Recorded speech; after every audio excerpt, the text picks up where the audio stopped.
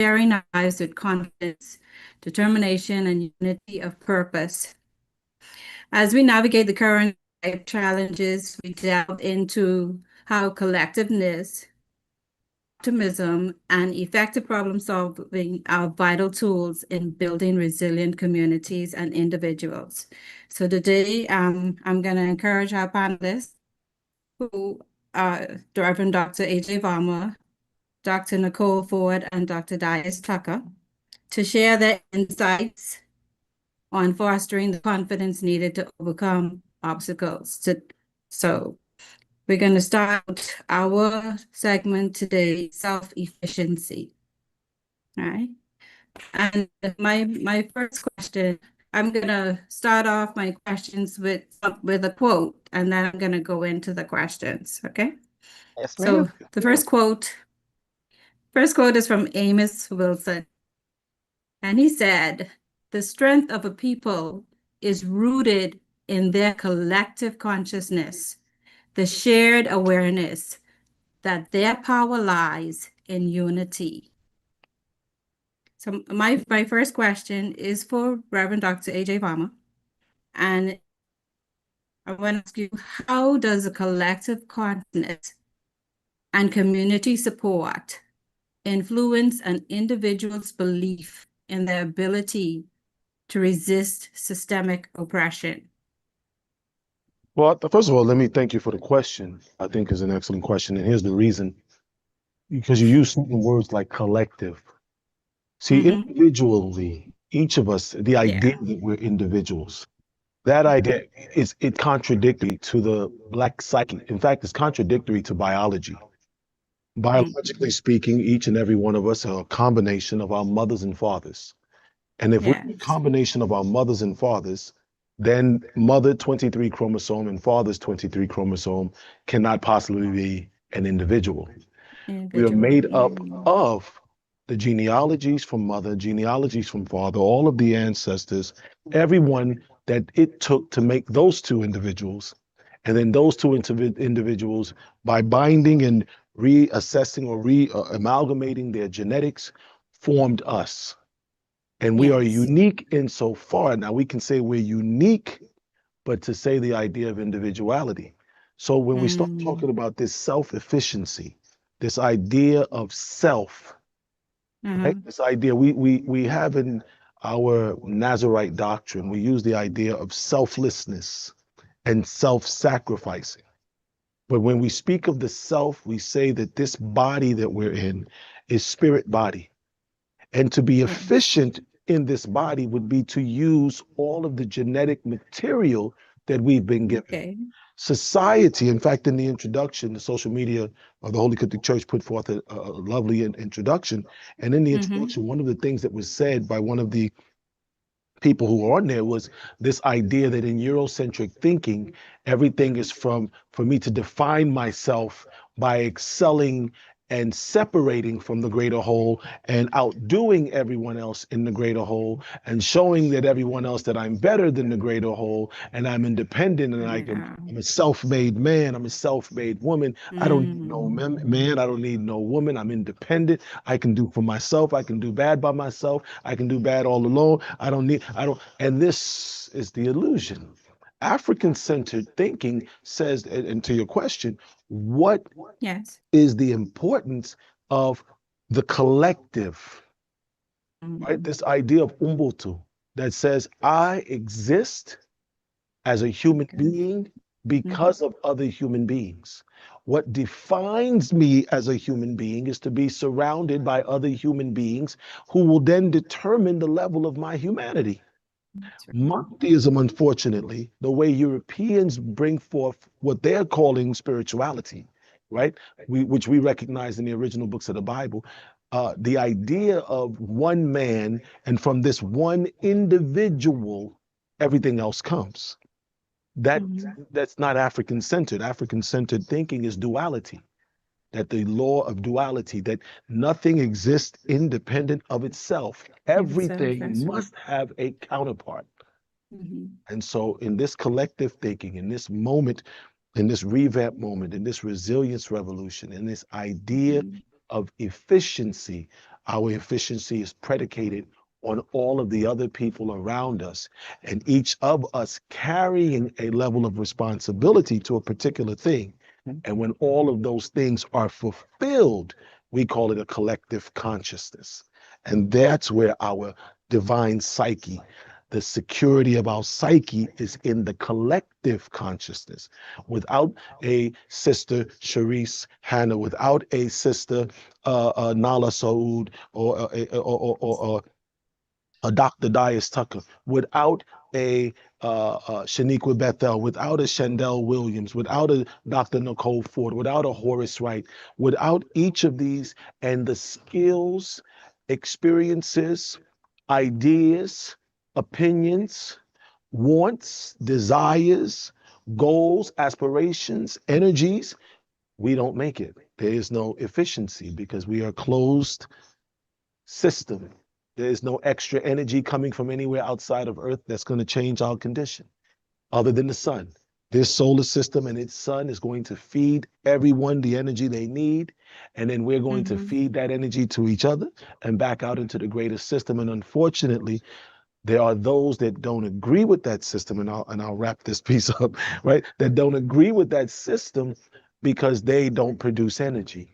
See, a soulless people lack the soul collective, right? Without a soul, you're not Right. emitting energy off of which other people can survive. A parasite is not feeding anything else. A parasite is merely feeding off of everything else. So the Yes, that's true. Eurocentric mind of psychology, as opposed to the African-centered mind of metaphysics, African meta, which is the Medu Neter, right? The doctrine of nature. That system says, for us to be efficient, it requires all of us. Yes. I am because you are. Okay. So, and that your answer feeds right into my second question. So my second quote comes from Naeem Akbar, where he says, "Optimism is the flame that keeps hope alive in the darkest of times." Therefore, my question is, how does collective consciousness and community support, influence an individual's sense of self-efficacy in overcoming systemic oppression? And I want Dr. Ford to answer this for me, please. Thank you. Greetings, Namastu, Sister Nala. How are you doing Namaste. today? Thanks I'm for the fine, thank you. question. So, first, when you talk about optimism and you talk about the Mhm, collective, the mhm, wonderful thing about understanding know thyself, know who you are, right? mhm, Sometimes we kind of limit it to just the things I do versus I come from a line of people, a line of ancestors, a line of mothers, fathers, and these mothers, fathers, grandmothers, grandfathers, aunties, uncles, they all have a personality. They all mhm. have different traits. They all grew up in Okay. different environments. And the environment is very key to how those traits are expressed. Does that make sense? Yes, yes. So, when it comes to oppression, one of the things that we have to be very clear and key on, and this is the great thing about Naeem Akbar, because he literally wrote a book called Know Thyself, is Mhm, when we're looking at the state of our people today, we cannot assume that this is what we look like in our indigenous culture, in our mhm. indigenous environments, in our indigenous foods, in our indigenous practices. That's number one. Okay. Oppression removes those different elements from different Mhm, aspects of our lives, okay. creating stress, creating trauma. So, a lot of times when we see melanated people globally, we might be looking as a collective sometimes at our trauma responses. We might be looking at our reactions to living under subjugation. Mhm. And so Okay. this is where the collective comes in play. Because in ancient Africa, for example, on the walls of Kemet, ancient Egypt, Tamaray, Mm-hmm. you see a person going through a hall of judgment. And Okay. in that hall, there's a scale. And on the scale, there's the heart and the matfeta. And so if a person comes into that hall lacking, wanting, they have to be taught the right things to do on a mental, spiritual, physical, and emotional level. There must be a collective of individuals who have decided that this rightness, that this Mm, precepts, that they're going to be responsible for creating the culture and the environment and listening to the music and eating the foods and wearing the dress and becoming mm-hmm. the example of what that looks like and that optimism for that person to start the journey on how to know themselves again. Does that make sense? Yes, it does. So the Thank you, doctor. collective is a healing space Mm, that allows and gives the individual the tools to not only face oppression by learning how to navigate it, but mm, also as an individual, learning how to correct the miseducation and the concepts that they have been given that trigger either inferiority or self hate. okay, thank you. Thank you very much for that, Dr. Ford. So my next when I was drafting these questions, my middle girl, I had her look over the question. She's in her last year at University of Bahamas, and she's studying to be a clinical psychologist, right? So my next question, she sort of she adjusted the question for me, but I want to put it towards you guys to see if her adjustment was okay. Right. So my quote for this question is, when we develop memory of our circumstances, we reclaim our power to transform our lives. And this quote is by Nater Imhotep. Okay. So my question is, and this is, I'm going to read it the way I wrote it, and then I'm going to tell you the words she took out so you could tell me whether or not they're valid words. So the question is, in what ways can fostering optimism serve as a tool for building resistance against micro and macro traumas faced by our people that look like you and I? And she took out the words micro and macro because she said, Mommy, trauma is trauma, right? Right, baby. So I want anyone, you can start and tell me, is trauma just trauma, or is there micro trauma and macro trauma in the answer to this question? Let me repeat the question. In what ways can fostering optimism serve as a tool for building resilience against micro or macro traumas faced by our people? Go ahead, Dr. Tucker. Hey, I'll take that question. So when we're looking at micro traumas and macro traumas and being Mm-hmm. optimistic, it's like they're expecting you to look at these traumas as being normal and develop a positive outlook for them, Mm-hmm. as opposed to eliminating the traumas and learning to navigate more naturally and learning to navigate using the ancient cultures with which Mm-hmm. did not introduce us or have these micro traumas or macro traumas.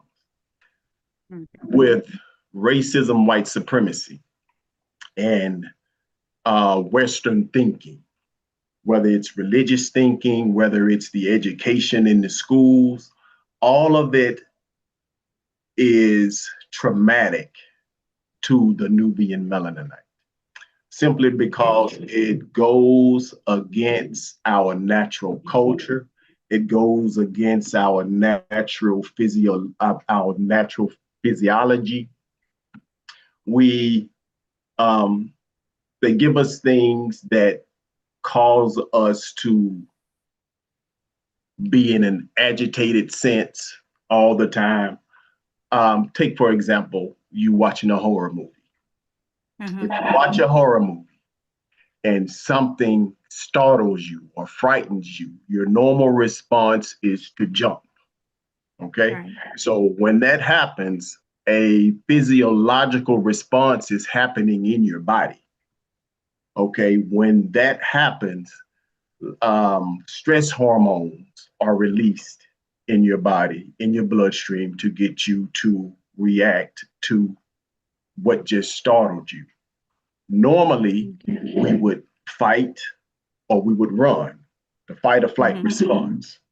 Or today, a lot of us, we have an abnormal response to it where we just freeze and we don't do anything.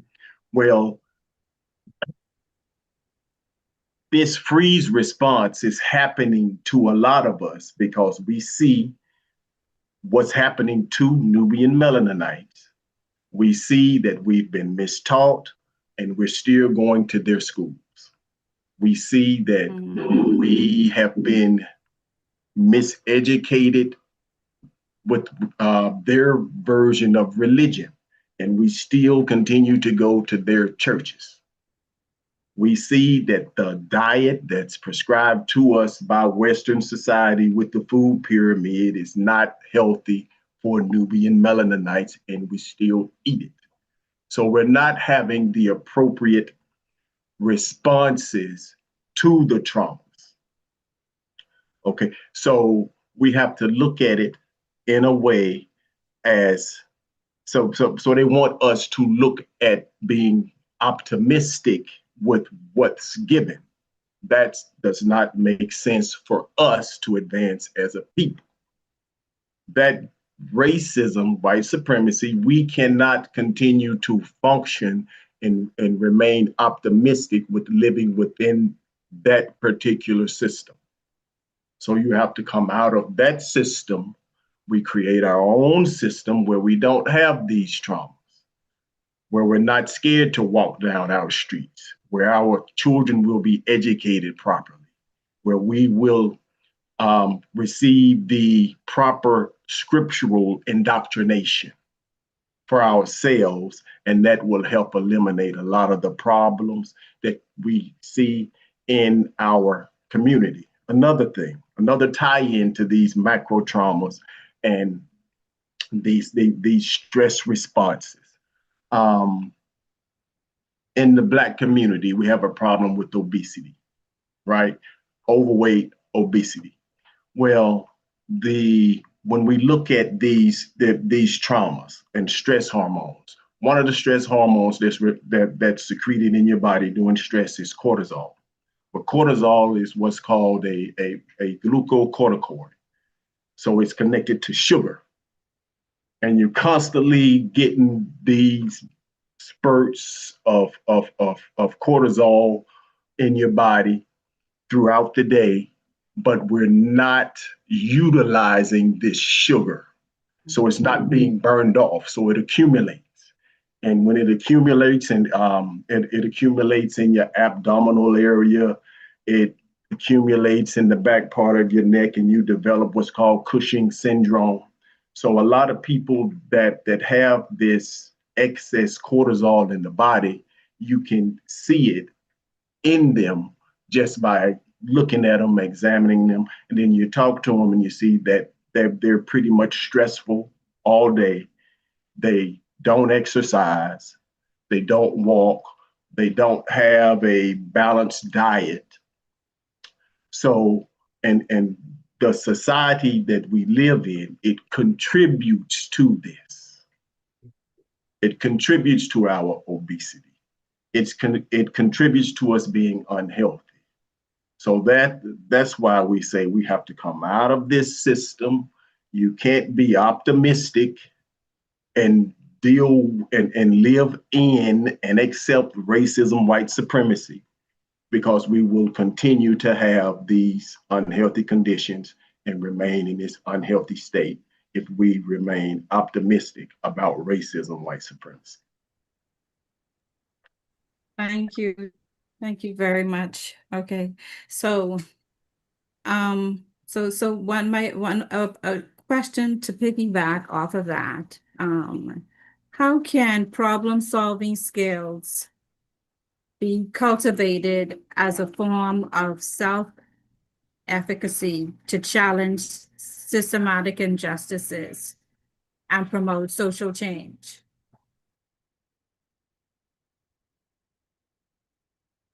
It's Dr. Boyd? I see you. This you said, how can problem solving Skills skills? be used to promote efficacy, efficiency, self-efficiency. Thank you. Thank you. The great thing about problem solving skills is they can be taught.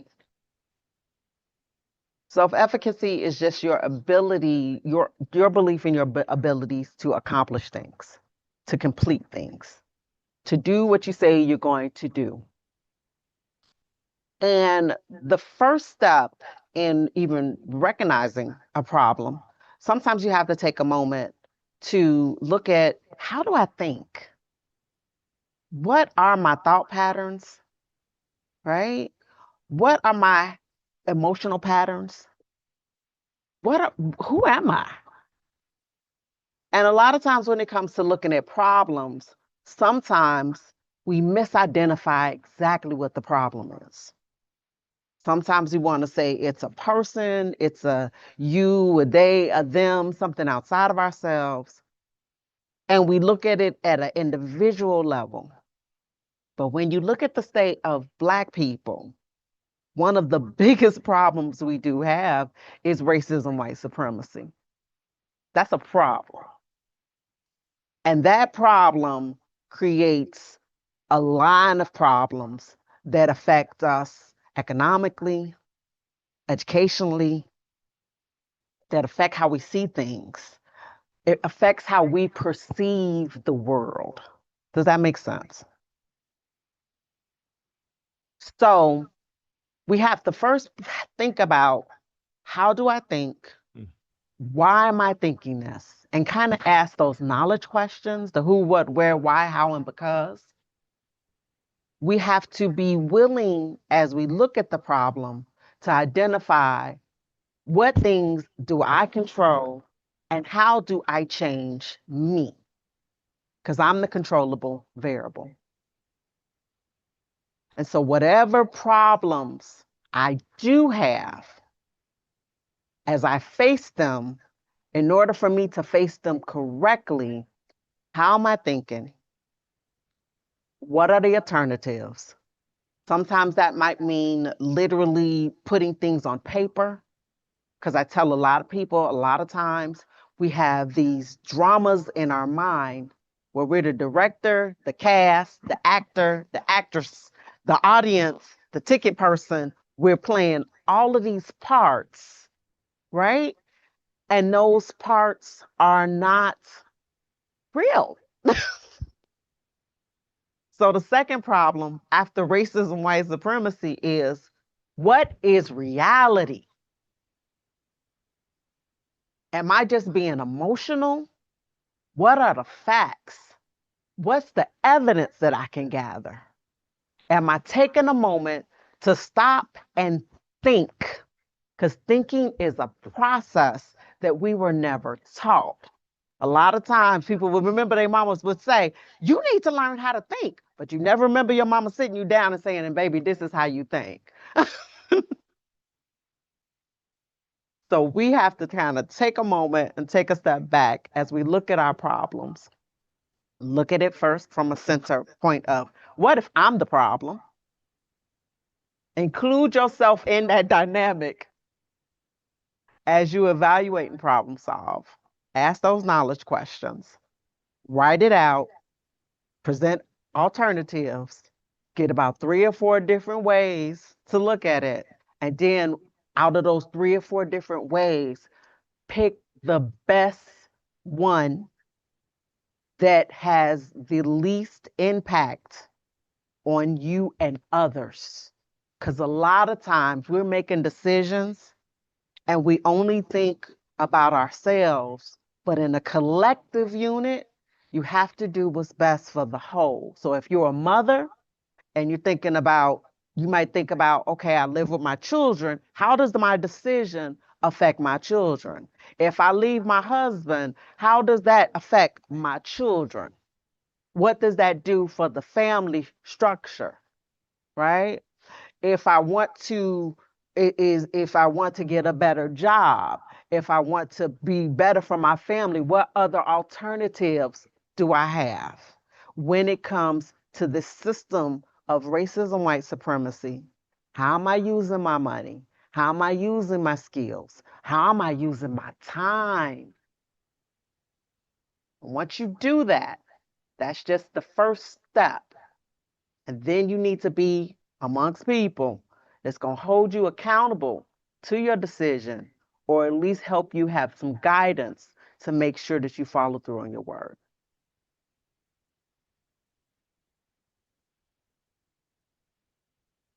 You're muted. Thank you. Okay, so my next question is, this quote is not by a Nubian melanated person, but it's relevant.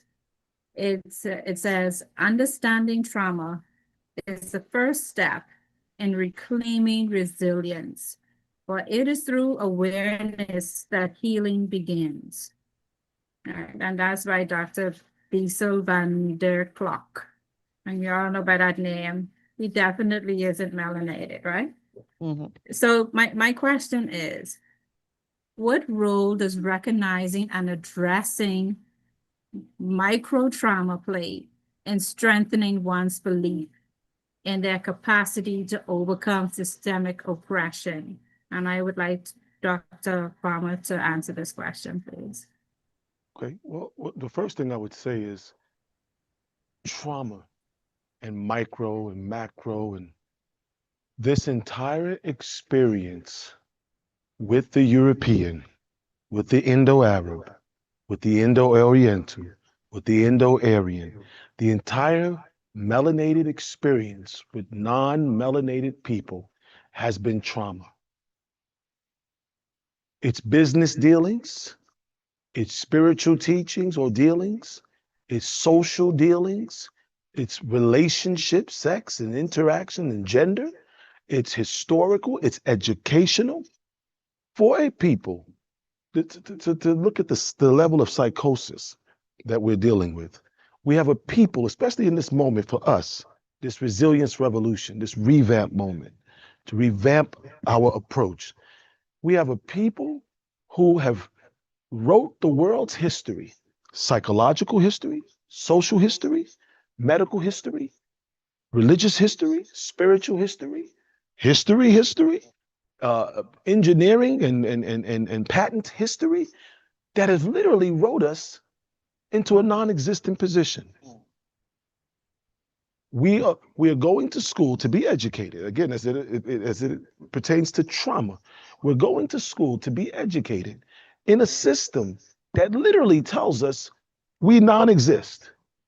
We're non-existent, except as it pertains to slavery. Jazz music, we didn't create it, they did. R&B, they did. Best hip hop rapper, they are. The best dancer, they are. The best actors and actresses, they are. The best scientists, they are. The best president ever, they are. The best prime ministers, they are. The best kings, they are. The best system of governance, they are. The best. We are non-existent. So when we begin to look at this idea of macro or micro traumas, the entire experience has been traumatic. We are in a position where we are, though we say our eyes are open, right? The great Amos Wilson gave an example, and I'll build off of it or attach to it or attempt to.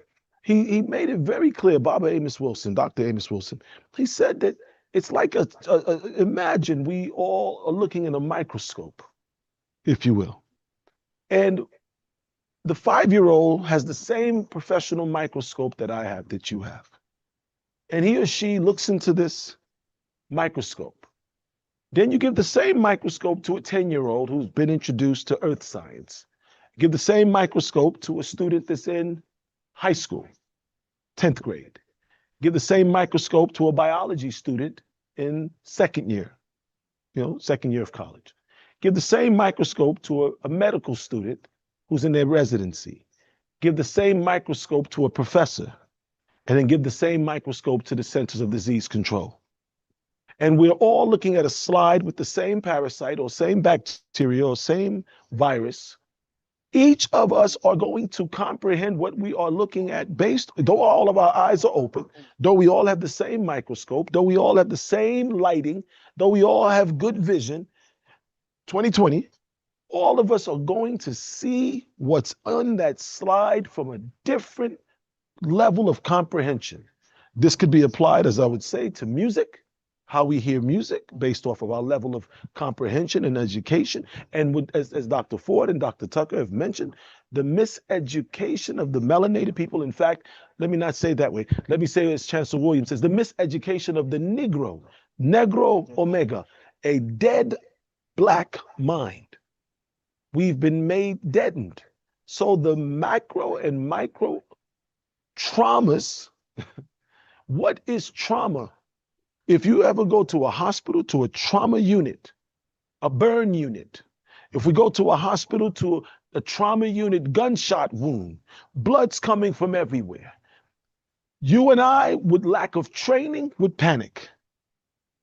You and I, with lack of training, if we see someone's skin, a burn victim, the skin is melted off the body, looking at the flesh. You and I, without proper training, without the conditioning of our mind, we would see blood, we would see guts, we would see bullet, we would see burn, and we would throw up, we would puke, we would run away, we would close our eyes, we would be frightened.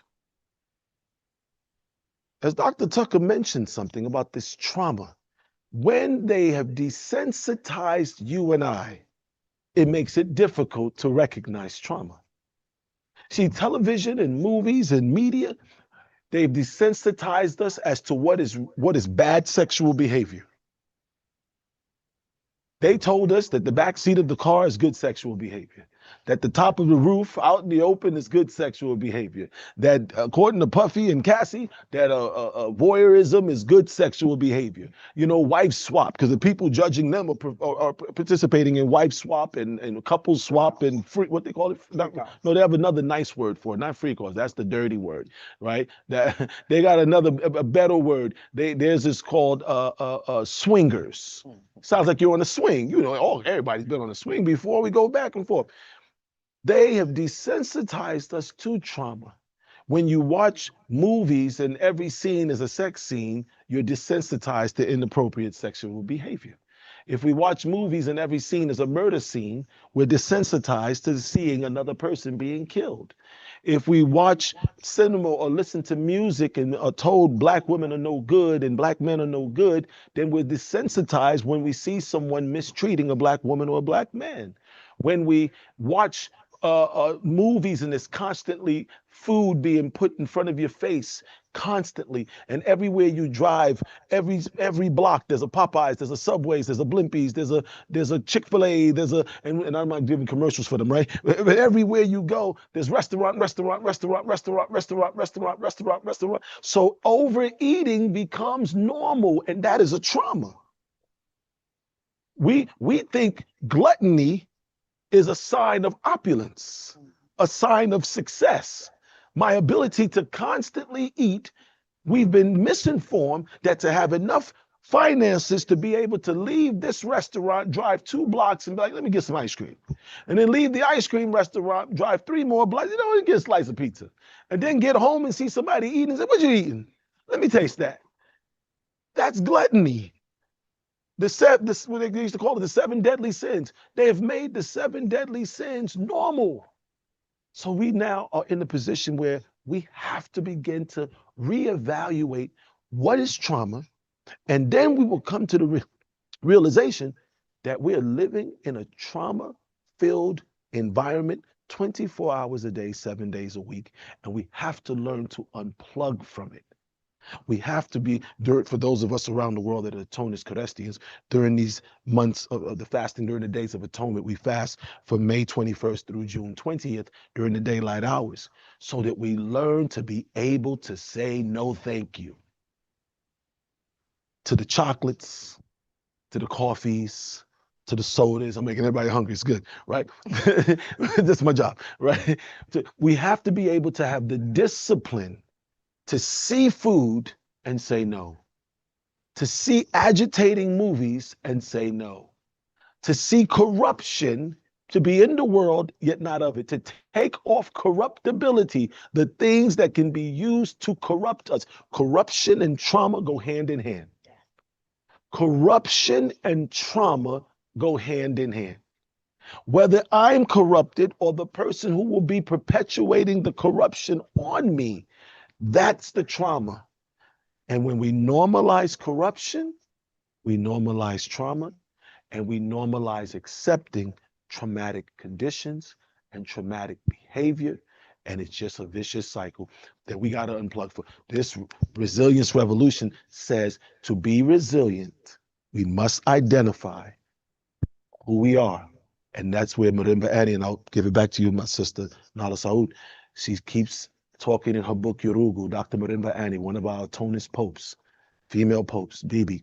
She says the sense of I-ness, and not just having a sense of I-ness, but being able to study the system of oppression, to study the Asili, to study the white psychology, the white politics, to understand, as Neely Fuller said, if you don't understand racism, white supremacy, what it is and how it works, everything you seek to understand and or do will only confuse you.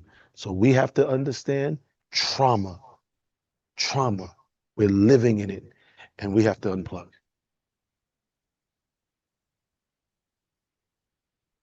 Okay, thank you, Dr. Bamba. So my next question is for Dr.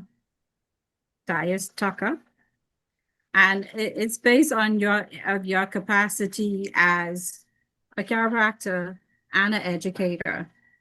So my question is, in your role as how can educational and therapeutic practices help to elevate this awareness to that where healing begins?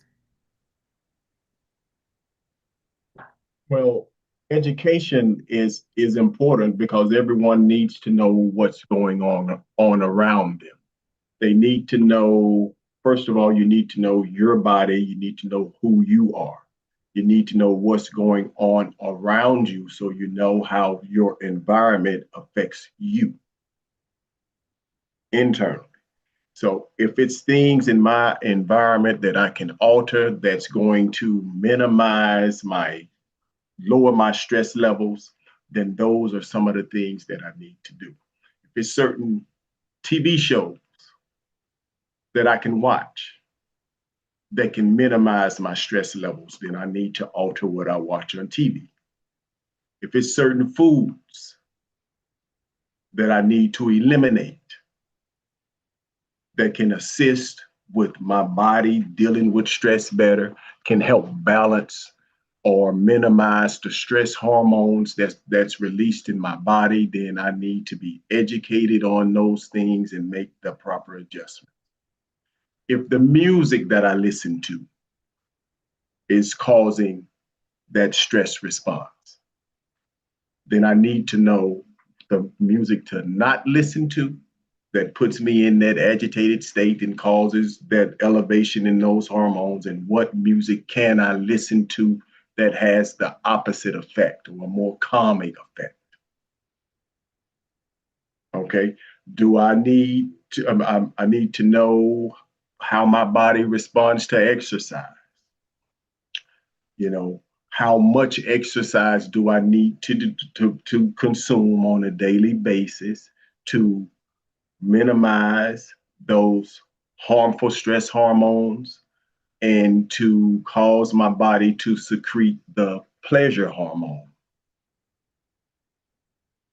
So education is very key, but first thing you need to know is your physical body. What do you consume? What do you watch? What do you listen to? What type of environment are you coming home to? Are you coming home to more stress after you've been in the stressful environment all day? If so, then you need to make changes to that. So education is very key to minimizing stress. And there was another part to your question that you asked. Do you mind repeating it, please?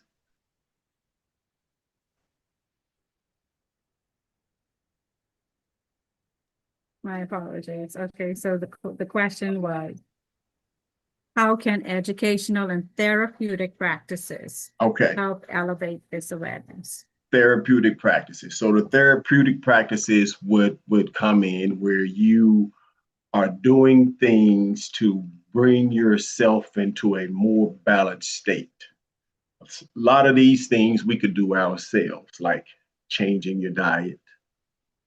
If you're a coffee drinker, stop drinking coffee because you know coffee has caffeine. Caffeine. All the coffee drinkers are like, no. No, but it's in our parchments that we should not drink coffee. That's true. And it's there that we should not. And there's a reason that you should not drink it. And it goes back to those stress hormones, you know. And so the therapy would be listening, changing your choice of music. The therapy would be changing what you watch on TV. The changing would be changing your diet, increasing your exercise, seeking healthcare professionals that actually identify with certain cultures that will lead you on a naturalistic and holistic pathway towards balancing out things in your life. Okay. I hope that answered your question. Yes, you did. You mashed my corn and all, Dr. Tucker, where you mentioned the coffee, but that's okay. Okay, so our next question. This quote is from Dr. Amos Wilson, and it says, knowledge of one's history is a weapon against the ignorance that fuels oppression. So my question, I want all three of you to give some input on this. It doesn't matter who starts first, but the question is, how can we understand the historical context of systemic oppression, bolster confidence in Black individuals to lead change within their communities? I would say, and I would How say, can understanding the historical context of systematic oppression bolster confidence in Black individuals to lead to change within their communities? to understand the historical context and how can it assist, I would tell every melanated person, get a pen, get a paper, and make a list of some of these authors, some of these great Black minds. In and of myself and yourself, we just are not magically going to come up with a formula if we're not educati, if we're not properly educated. So we need to read The Philosophies and Opinions, or Africa, or The Africans by Amy Jacques Garvey and Baba Marcus Mosiah Garvey. We need to read Message to the Black Man by the Baba Honorable Elijah Muhammad. We need to read some of the writings of Dr. Amos Wilson, some of the writings of Dr. Naeem Akbar. We need to read Clenora Hudson Weems, Africana Womanism.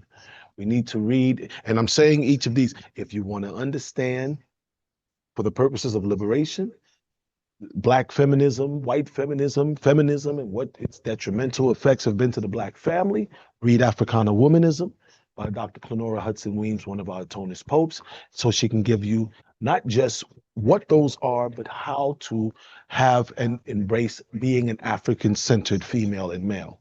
This is for male and females. If we want to understand the dynamics, relationships between Black men and Black women, read the Black Woman's Guide to Understanding the Black Man and the Black Man's Guide to Understanding the Black Woman by Bibi Shahrazad Ali. If you want to understand the importance of Africa in the conversation, the continent of Africa, the history of Africa, the science, the mathematics, agriculture, resources of Africa, read Africa for the Africans by Baba Marcus Mosiah Garvey, or The Philosophies and Opinions of Marcus Garvey by Bibi Amy Jacques Garvey. If you want to understand the condition of how we've been miseducated, read The Miseducation of the Negro. If you want to understand from how we ruled everywhere from Babylon to West Africa, Timbuktu, Chancellor Williams from Babylon to Timbuktu. If we want to understand the condition of the Black man in the world, not just America, read The Message to the Black Man. If we want to understand the endangered Nubian male, the endangered species, if you want to understand us as a tribe of people spiritually or religiously, biblically, read The Lost Tribe of Kedar by Sheikh Isa al-Hadi al-Mahdi. If you want to understand, there's a gambit of writers and teachers. There is no understanding of this condition and what to do in the present state without Sankofa. Principle of Sankofa, that we've got to go back. We've got to, if we don't retrace the past, all of the records, read. We got to read. We got to read. And if you're not a reader, then at least go on YouTube and type in the names that I said and watch their lectures, which will inspire you and give you an interest in what they wrote. But we have to read, and we have to watch, as Dr. Tucker just said, the right edutainment, KRS-One, right? Edutainment, the right edutainment to change the way in which we perceive the world. That's where it begins, and that's where it has to begin and end there. Dr. Thank Ford? you, Dr. Varma. Dr. Ford? Okay. I want to just be quick because he took my answer. The great thing about it is that we have, there's 3 different ways you can learn, right? Visual, right? Auditory, right? Kinesthetics, right? So sometimes take your children to museums, right? Learn how to cook cultural foods. YouTube University, literally, right? You can learn how to make a dish, an old school dish from Benin. You can learn how to cook some food from Timbuktu. You can learn how to cook some food, right? That's number 1. 2, family lineage. Sometimes we talk about having a race talk and we just say we want to prepare our children to go out just in case they get stopped by the police. But the race talk means talk to your people about what happened. What was it like growing up in their times? What did racism look like for your mother? What did racism look like for your brother? What does racism look like? If you're in a predominantly Black area, what does it look like? Right? And be able to have that. If you have children in school, understand that a lot of times in education, a weapon of mass destruction is our IQ tests for Black people. It has regulated a lot of our Black children to special education because that energy that, Dr. Varma mentioned, they say our children are hyper. They always got a lot of energy. They need pills to help them calm down. No, they're not in the right educational environment. So that means that as parents, we have to also give them those environments, the settings to help them utilize this energy. In addition, I would say to anybody, I want to add to this book list, learn about Asa Hilliard, right? Learn about Wade Nobles. Learn about Bobby Wright. Learn about Frantz Fanon and read their books, because Francis Quest Welsing isn't the only one who was suppressed. They suppressed a whole body of knowledge, and they're forcing us like cattle to go and only point in one direction toward Eurocentric psychology right. through Freud and Jung, but they'll never tell you, but they went to Africa. Freud was in Egypt. Right. Jung was in Africa, Right. looking at the collective consciousness and looking at how people studying tribal people, and then came up with his quote unquote, basis of the fundamental foundations of his theories. So we have to start knowing thyself by just get interested in Black things. That's right. How to get interested, whether it's Black pictures on the wall, right? Whether it's learning about Black musicians besides the genre that you're listening to, Right. and move it towards something more positive, because Dr. Francis Quest Welsing said we are the only people on this planet where we debase ourselves, we slander, we name call, and we cuss each other out. And that's a trauma response. So we have to move in a different direction so we can move towards liberation of our minds first, to unify with others through a collective thought of we all want to be better, and then the body will follow. Thank you, Dr. Ford. Okay, Dr. Tucker, going to end with you. In the response by Al-Basesh, he said everything that he mentioned is something we're going to have to actually do. And Dr. Ford's response is something that we're going to actually have to do. So it's action. So it's not something that's going to magically happen. So each one of us, we have to put in the work ourselves. All of those authors that's been mentioned, we have to put in the work and go and read their writings or watching their videos and actually taking from what they taught and build on it. But it's much easier to do that when you're a part of a collective that's already doing it. So put the works in. Look at what the Holy Coptic Church is doing. Join the Holy Coptic Church, because all of the answers are here. Right. What's missing is the bodies to do the work. That's what's missing. Thank you. Thank you. Thank you. Thank you all. You were all inspiring with your answers, and I need to get this recording so I could look back at it and listen to exactly what was said and the suggestion of those books. I think that was awesome. So we spoke about the historical awareness that inspires us, collective action and individual resilience, and we're going to continue on with others in segment 2.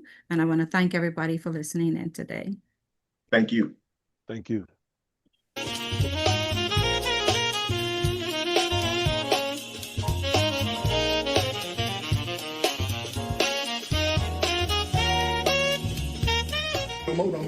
We here, man. We made it to the top. Let's climb them motherfucker, y'all. It's time, man. I've been telling you, man, God got our back. Let's play. Ain't no practice tomorrow. Ain't no meeting tomorrow. It's it, man. Leave everything on that field. When you get back on that bus, you should be exhausted, starters, because you left everything on the field. This is what we do it for, man. For the city of Memphis, man. The city of Memphis needs this, y'all. It ain't just about Melrose. It's about BTW, Treadwell, all them inner city schools that people done counted out. Mace took care of their business. We got to do ours now, man. We got to bring the championship back on, man. It's been 26 years. Our fan been waiting too long, fellas. Y'all understand, man? We play for one another. It's a game of football at the end of the day. We golden Wildcat, man. Let's go be golden tonight. Let's go be golden tonight. Play for somebody then. What tests you? What moves you, Mario? What moves you, BJ? Cole? JG? Marion? James? Let's go. What moves you, man? What move you, man? She God, what move you? Who in your heart you got right there, man, that you think about when you by yourself? Who you think about when you by yourself, man? Think about that. Like we told you, everybody in here, man, we're in the inner city of Memphis. Everybody that lost somebody in the room. Everybody. Include me. Everybody lost somebody. It's bigger than the game of football, y'all. We always told y'all this. Man, we playing for our loved one, man. If we ain't doing this, man, a lot of y'all be shooting, killing each other. This is our safe haven, man. This is where God put us in. Everybody on this side, man, all these coaches, man, thank y'all, man, for believing enough when nobody else did. We had a dream, y'all. We had a dream, man. Yes, sir, Coach. Yes, sir. Yeah, Coach. This community and get this school back to where it's supposed to be, right? JJ, when we got y'all together and said, man, we're gonna do this thing. This is what we did it for. For this community out here, man. Let's take this goddamn gold over back home, man, where it belongs. I don't care who out there. They ain't playing for what we playing for. This all we got. What we got if we ain't playing this? What y'all got if you ain't playing this? This our community. Everybody up there, drunk, whatever they is. Play our ass out, man. Pick these motherfucking white boys. You can't tell me they tougher than us. You can't tell me they been through what we been through. Can't get in the locker room. Can't practice. Cause somebody threatened the school. We can't even practice. You play for everything, man. We got more than play for. We got a chip on our shoulder. We narrow. We Orange Man. Get Orange Man right and watch Memphis get right. It starts today, fellas. It starts today, man. Everything you got in your heart, man, play it. Play hard as you can, Mario. Play hard as you can. You got your balls on your back. You got your mom on your back. You got your auntie on your back. Strand down at you. Let's go be champions tonight, brother. Let's go be champions tonight, man. That's all I got, man. I love y'all with all my heart, man. I love y'all, man. I love you too, man.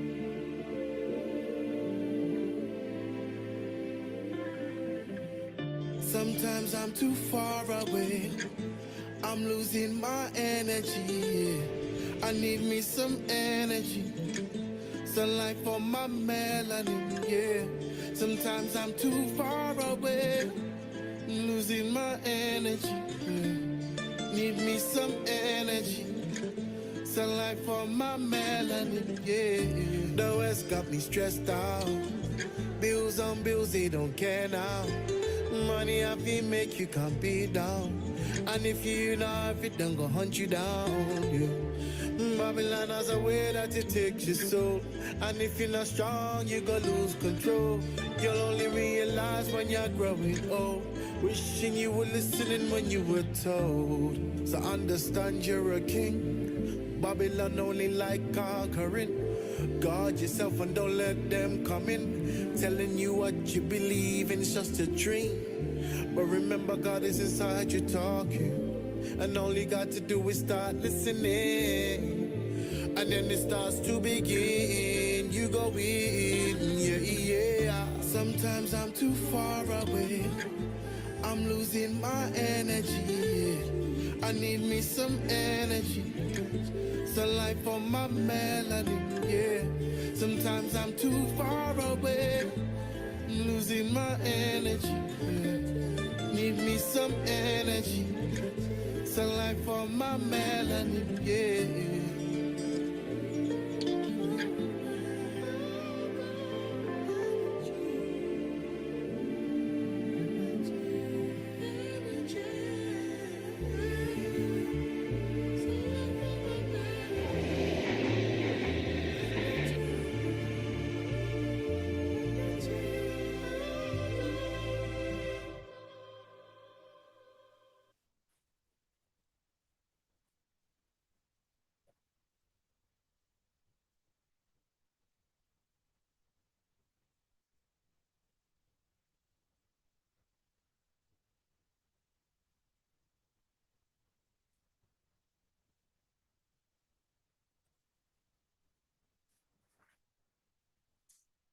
Welcome back, welcome back.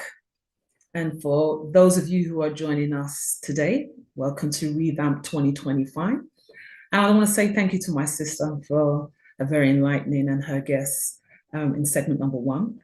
And so my name is R.E.V.A.M.P, and we're going to continue the conversations today. And so in segment 2, we are going to focus on the idea, the myth of emotional regulation. And before I welcome our guest today, when we're looking at the African principle, R.E.V.A.M.P, it teaches us that instead of focusing on regulating the emotions, it's also about kind of reframing the ideas of those emotions and to recognize that some of these emotions are just fleeting moments in our lives. And they are not just those emotions that define who we are. But I think we live in a society, and we're going to take this up in this conversation in this segment, that, you know, what can we do to build strength in this world that we live in today? So I'd like to welcome our panel. Are they here today? Are they here? Are they? Oh, good afternoon or good morning, sir. Yeah. Dr. Cleveland. How are you? I'm well. Great to be here. Excellent, excellent.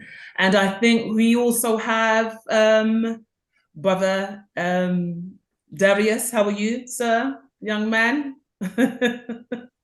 Your mic is on mute.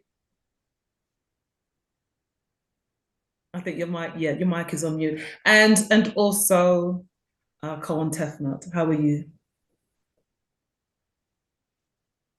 I'm good, thank you. Namaste, I'm good, Sister Arama. Namaste, namaste. So, all right, let's get cracking on. So we're talking about in this segment the myth of emotional regulations, and so I'm gonna have some opening questions initially, just to kind of bring some context into this part of the segment. So I'm going to just throw it out, to be honest, a question about when we're speaking about emotional regulations, what are we actually talking about? Dr. Cleveland, when we say emotional regulations, what exactly are we talking about? Let's lay the table here for our audience. Great question. We're talking about emotions.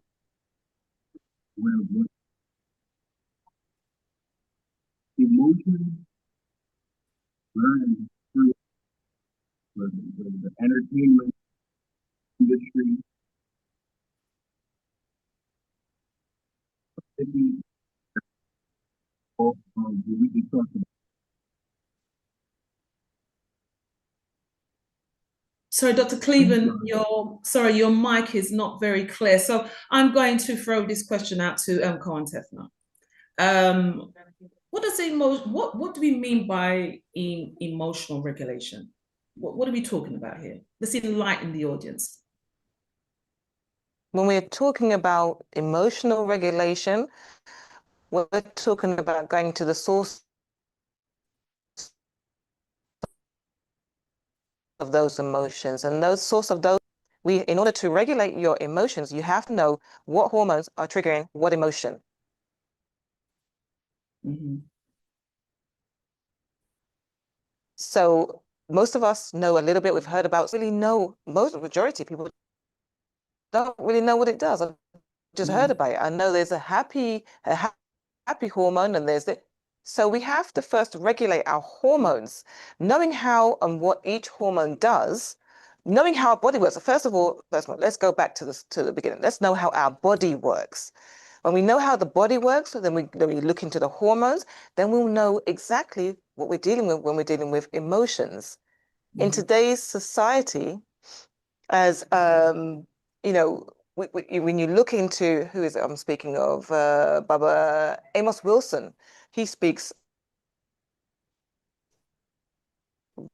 really clearly on this. When you're looking about, you know, how we behave in a way that is not our own.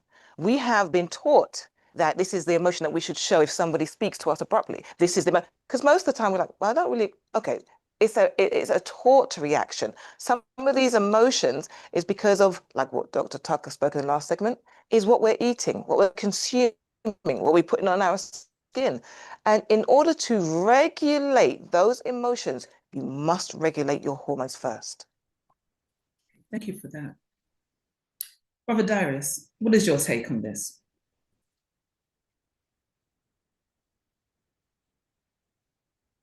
My take on emotional regulation Yeah. is in the times that we are currently in, as we teach at the Holy Covenant Church of the Black Messiah. You know, we're in a time where things have come beyond repair. We're in a time where evil is fair seeming.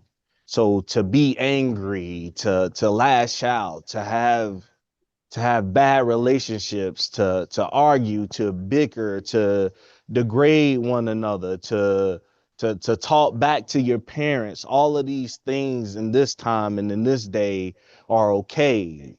People are saying that it's okay having all these emotions, lashing out. A lot of people chalk it up to, oh, they're just a child, or no, they had trauma. Well, regulating your emotions will tell you to not do those things. Find ways to channel that anger. Find ways to channel that lashing out. Find ways to learn how to, keep quiet just in case you want to say something bad about somebody or disrespect somebody. Control those emotions. You can say, I have that emotion. You can be angry, but don't let it pull you to the point where you are all the way in it and you become outside of yourself and you become a different person, saying things that you did not mean to say or doing things that you did not mean to do. So regulating those emotions, much like Calhoun Tefnut taught, the things that you are eating. Even Dr. Tucker spoke on this. The things that you are watching, the music that you listen to. All of these things regulates your emotions. It regulates the serotonin and the dopamine and the things that are in your brain and the things that are in your body. As Calhoun Tefnut said, that we have to study our body. Those things regulate it. So if you out here listening to Lotto, if you out here listening to Sexy Red, if you out here listening to NBA Youngboy, matter of fact, I'm gonna talk about myself. When I was younger, initially I did not smoke weed. But once I got introduced to Wiz Khalifa, I don't know if you all know who Wiz Khalifa is. He like my generation Snoop Dogg. So he pretty much promotes, smoking weed, getting high. He trying to light up the whole earth. But when I was younger, around like 19, I started listening to Wiz. Next thing I know, I'm smoking. I'm with my friends, we chilling, we put on that Wiz Khalifa. It was a big thing at that time. It was around 2012. All the teenagers was doing it. All the college people was doing it. But that's an example of how regulating your emotions can be abroad in what you eat and what you listen to and what you watch. Because if you start listening to this kind of music, if you start listening to watching those type of TV shows, or if you start eating these type of foods, it's going to affect your body. It's going to affect your environment. It's going to affect the people around you. So you got to do the things that are necessary to regulate those things. Yes, indeed. I want to say something here. It sounds great, sounds fantastic, but many of our people are suffering from mental health issues, anger issues, trauma, you name it. But you all make it sound so easy. Right? But is it really easy? It sounds great. Are we talking about controlling, managing, suppressing these emotions? Dr. Cleveland Elias. Great. How's my sound now? That's better. Yeah, it's a lot better. Okay, beautiful. Well, we got to understand that we are living in a society that wishes for us to be in the mind of the psychopath. And that sounds crazy until we go to the book of Matthew, chapter 24, verse 12, and it talks about people having a heart that has been waxed cold. And the literal phrase wax cold is the word psycho in the Greek. So somebody understands that all of the trauma that they are putting us through is literally causing us to identify with this traumatic behavior whereby we normalize it and we feel as if that normalized behavior, that psychopathic behavior, is what we're supposed to actually be doing. But when you talk about whether or not we're supposed to be suppressing it, no, we're supposed to understand what is happening to us. It's not that something is only happening to us. The system or the society that we are living in right now, it is sick. It is psychopathic. It is, if you want to call it, emotional. We have to learn how to perceive what is taken. And then, like you said, it sounds easy. It's not necessarily easy, but we have to become aware of what's happening to us first so that we understand what type of eyes to look at this society with. We have to look at this society with African eyes. We have to appreciate that if we're going to overcome the challenges emotionally that we are facing, we can't take one moment of a day that something may not have gone the way that we wanted it to and make that a bad day. Society says that that's what you're supposed to do. Oh my gosh, I left my glasses at home. I have a bad day because I had to turn around. No, you just had to turn around. You'll be all right. That was a moment, right? Once you understand that the society is sick and that you as an individual now need to find others who are aware of this sick society and come together to build an environment or a system that helps to either inoculate or helps to buffer this sick society away from the way you're perceiving things. You have to be able to come together and create a system that pushes back against this sick society. So it's not an individual pursuit. That's the first thing I wanna say. And it's not easy, but we can come together and we can work together and we can make it happen by way of our BBs and Babas, all of these great authors that we learned about in the first segment. They had formulas that we can begin to apply together, not just as individuals, coming together, building systems, building formulas that allows for this psychopathic society to not have the effect on us that they wanted to have on us. So with that in mind, then, is it then true to say that then we wouldn't necessarily always be regulating those emotions? Can we really have in the society balanced emotions if we're living in a systemic system of racism? Well, sometimes when we call it an emotion, it's just a fleeting moment. Well, sometimes we have to just slow down and not take on a moment and make it a reaction and make it an emotional experience. And so far as, the word emotion, this energy and motion, right? What you do with the energy determines whether or not it becomes emotion or it just becomes a fleeting moment. And I think that's one of the things we really got to focus on is, are we really perceiving reality? Or are we just accepting what society is throwing at us and telling us, hey, you're supposed to be upset now. Hey, you're supposed to be happy now. Hey, you're supposed to be sad. I hope I'm making myself clear.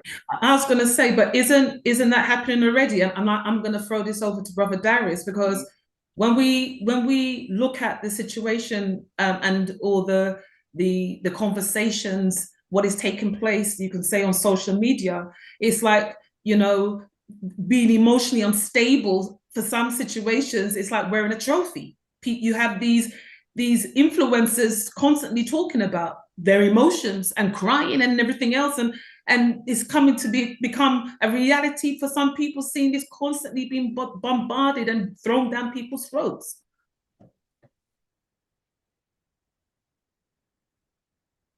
Yes, sis. My name, to be correct, Brother Demarius.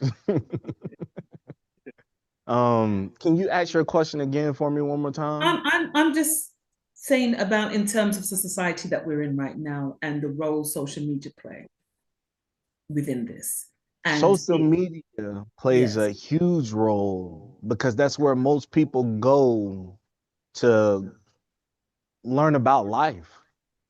They don't look at their real life examples. They're not paying attention to their mothers, their fathers, their aunts, their uncles, their grandparents, the people in their community. They go to social media and they see these different lifestyles and people making this much money and this person's popular and this person's single and they saying giving relationship advice and all of these things that young people are seeing, or these are the beauty standards. Young girls get on social media, they see girls putting makeup on, or this is how you're supposed to dress. They're getting all of their education, as we would call it, from social media and not from actual reality, not from actually parents sitting with the children or the grandparents sitting with the children, speaking to them about social media, speaking to them about reality, speaking to them about the world that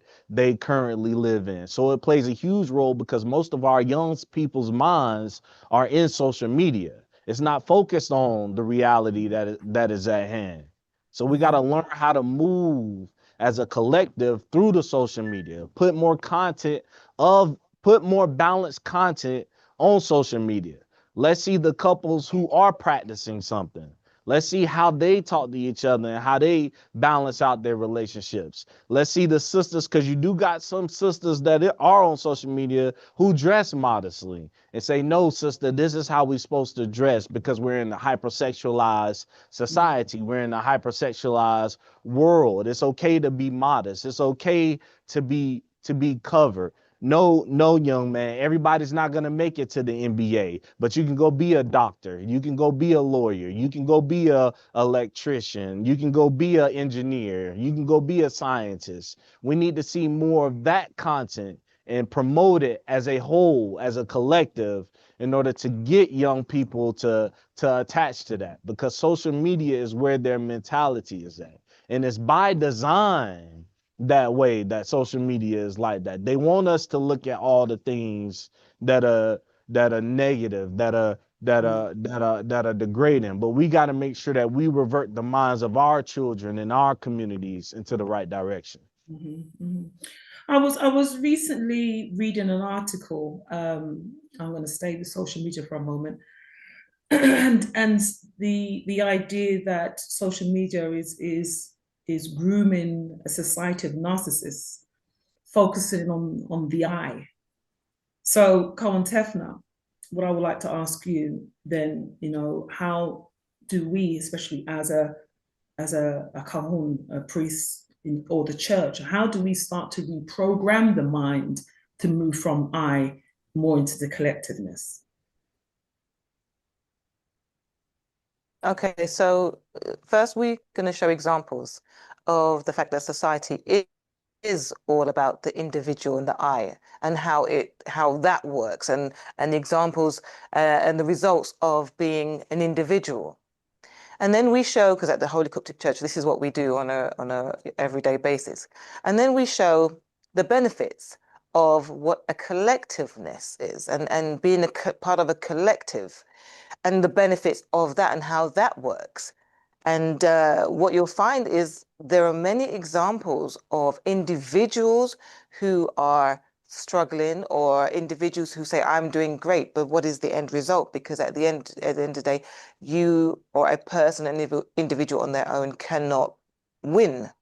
You may win in your home, but you have not won when it comes to race and culture and for the better good of us as people, Nubian Mennonites.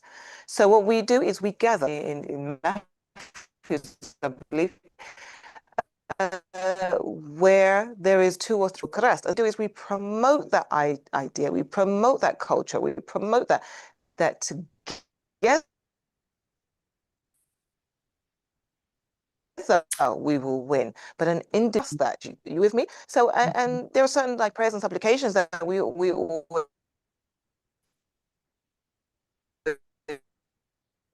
say, and we make sure that we say that on a regular basis, mantras, which is all about not being a part of your culture. So we make sure that we do prayers and supplications that promote and drill into the mind. You know, I am a part of all. All is a part. And so we say things like that to show that, listen, like minds need to come together. If you're feeling stressed and alone, because you're on your own. So you've got to come into the family, you've got to come into a fold. You know, if you're saying, I don't want to join us winning, us getting to that, us coming out of it, we need to deprogram what's been given to us in schools, in universities, of course, take the skill, take the how you're supposed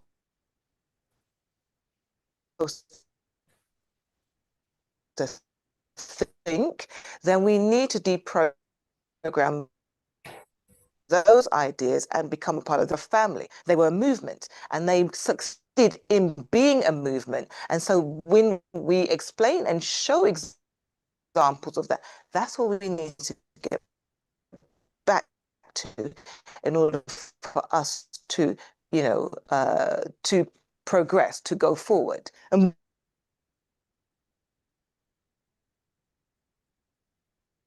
I think we may have, oh, you was bouncing in and out there, Cohen Tefnut. But sorry. what I want to kind of touch on something that Cohen Tefnut mentioned was the family, especially children. And I'm going to throw this question to Dr. Cleveland Inias. You're also an educationist as well.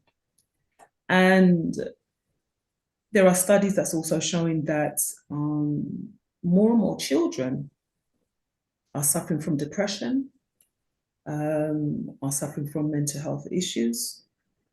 How do we begin to support our children, whether in the schools or in the family, to be able to be more resilient in tackling issues? And some of these issues that we ourselves as children never really had to come up against, but we're living in a society now that there seems to be more and more children having emotional challenges right now. How can we support our children, whether in the home or in school?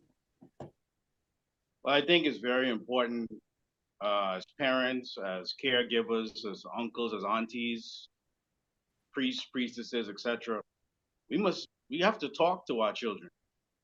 Often in today's society, children can go off into a corner with a device and they can be there for hours if you let them.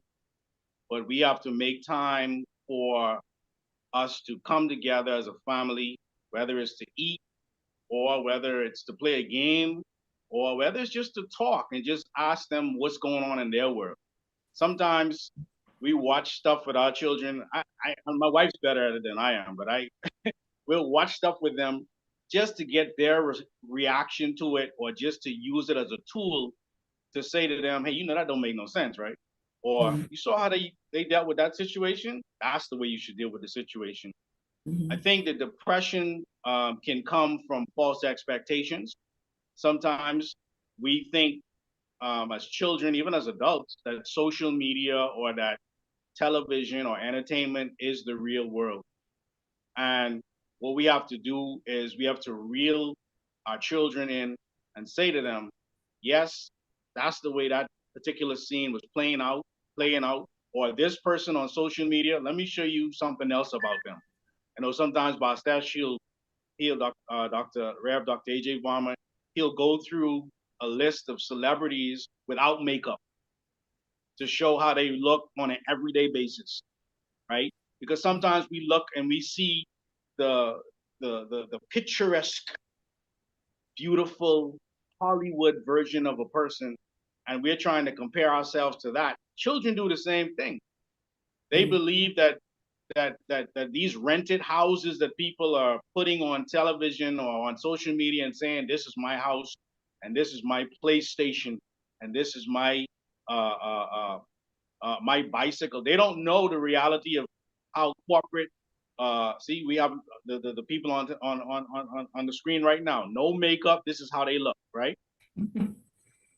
And they're not any more beautiful than any one of us. They just know how to put on a show, right? We have to make sure that our children have proper expectations about life. Take them and let them see the reality of what's going on in the city. Help, take them to soup kitchens so they can help to feed people, so they can understand that everybody doesn't have a hot meal just like you. Take them to a homeless shelter to take blankets, or to take or to just talk. Sometimes we go to the old folks home and just talk to the elders, so they can understand what you have. Everybody doesn't have.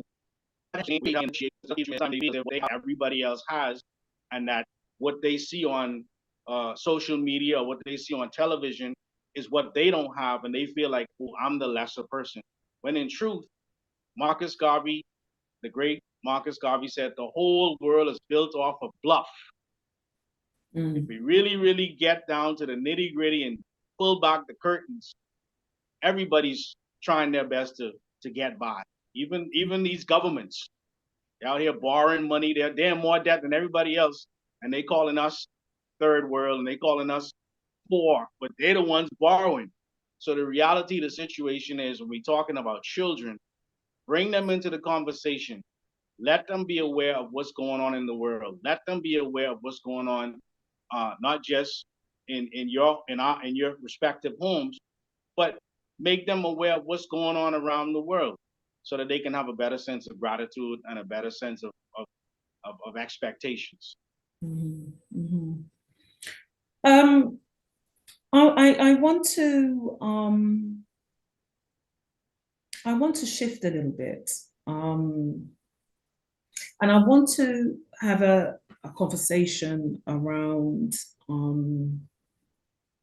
the mental well-being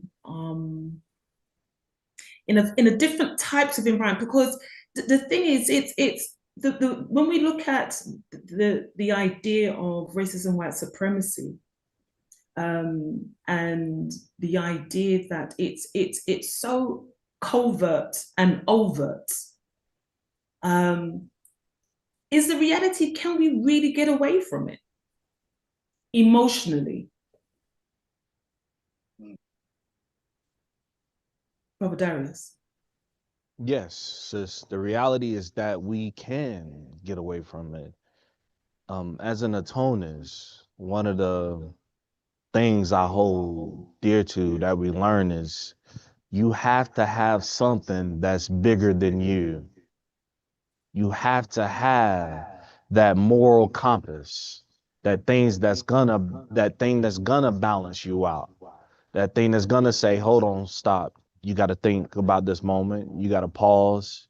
You got to pay attention. You got to analyze the situation. And then, based off of that analysis, you make your decision.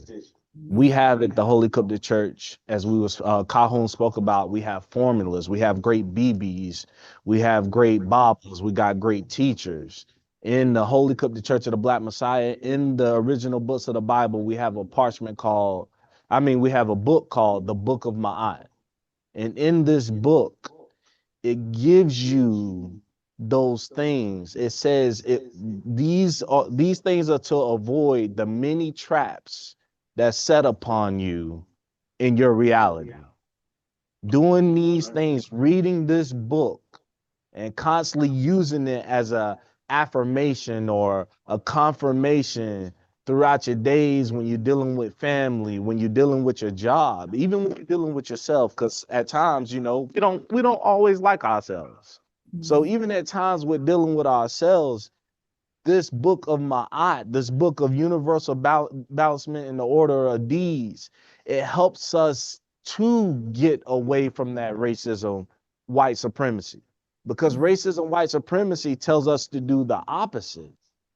Our original books of the Bible in the book of Ma'at, when it tells us don't watch porn, racism, white supremacy says watch porn. Yep. Our book of Ma'at says, don't steal or don't take from another. Racism, white supremacy says steal, take from another. Our book of Ma'at says don't murder unless it's in a case of defense. Racism, white supremacy says we're going to murder regardless. We're going to kill George Floyd. We're going to kill Tamir Rice. So we have a system at the Holy Coptic Church of the Black Messiah. We have a doctrine. We have a moral compass that lets us know that we are not, as Kahun Uncle spoke, we are not these moments that we are currently in.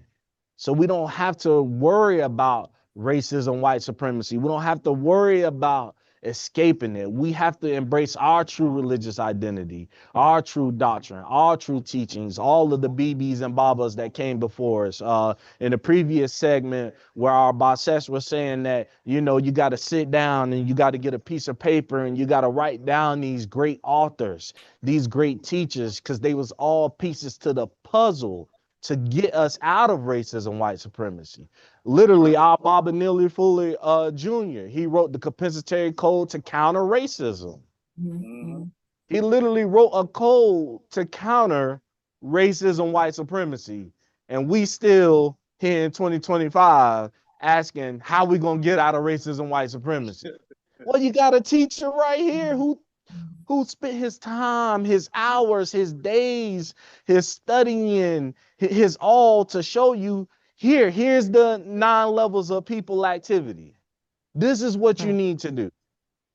And that's what we have to get back to. We have to get back to these systems.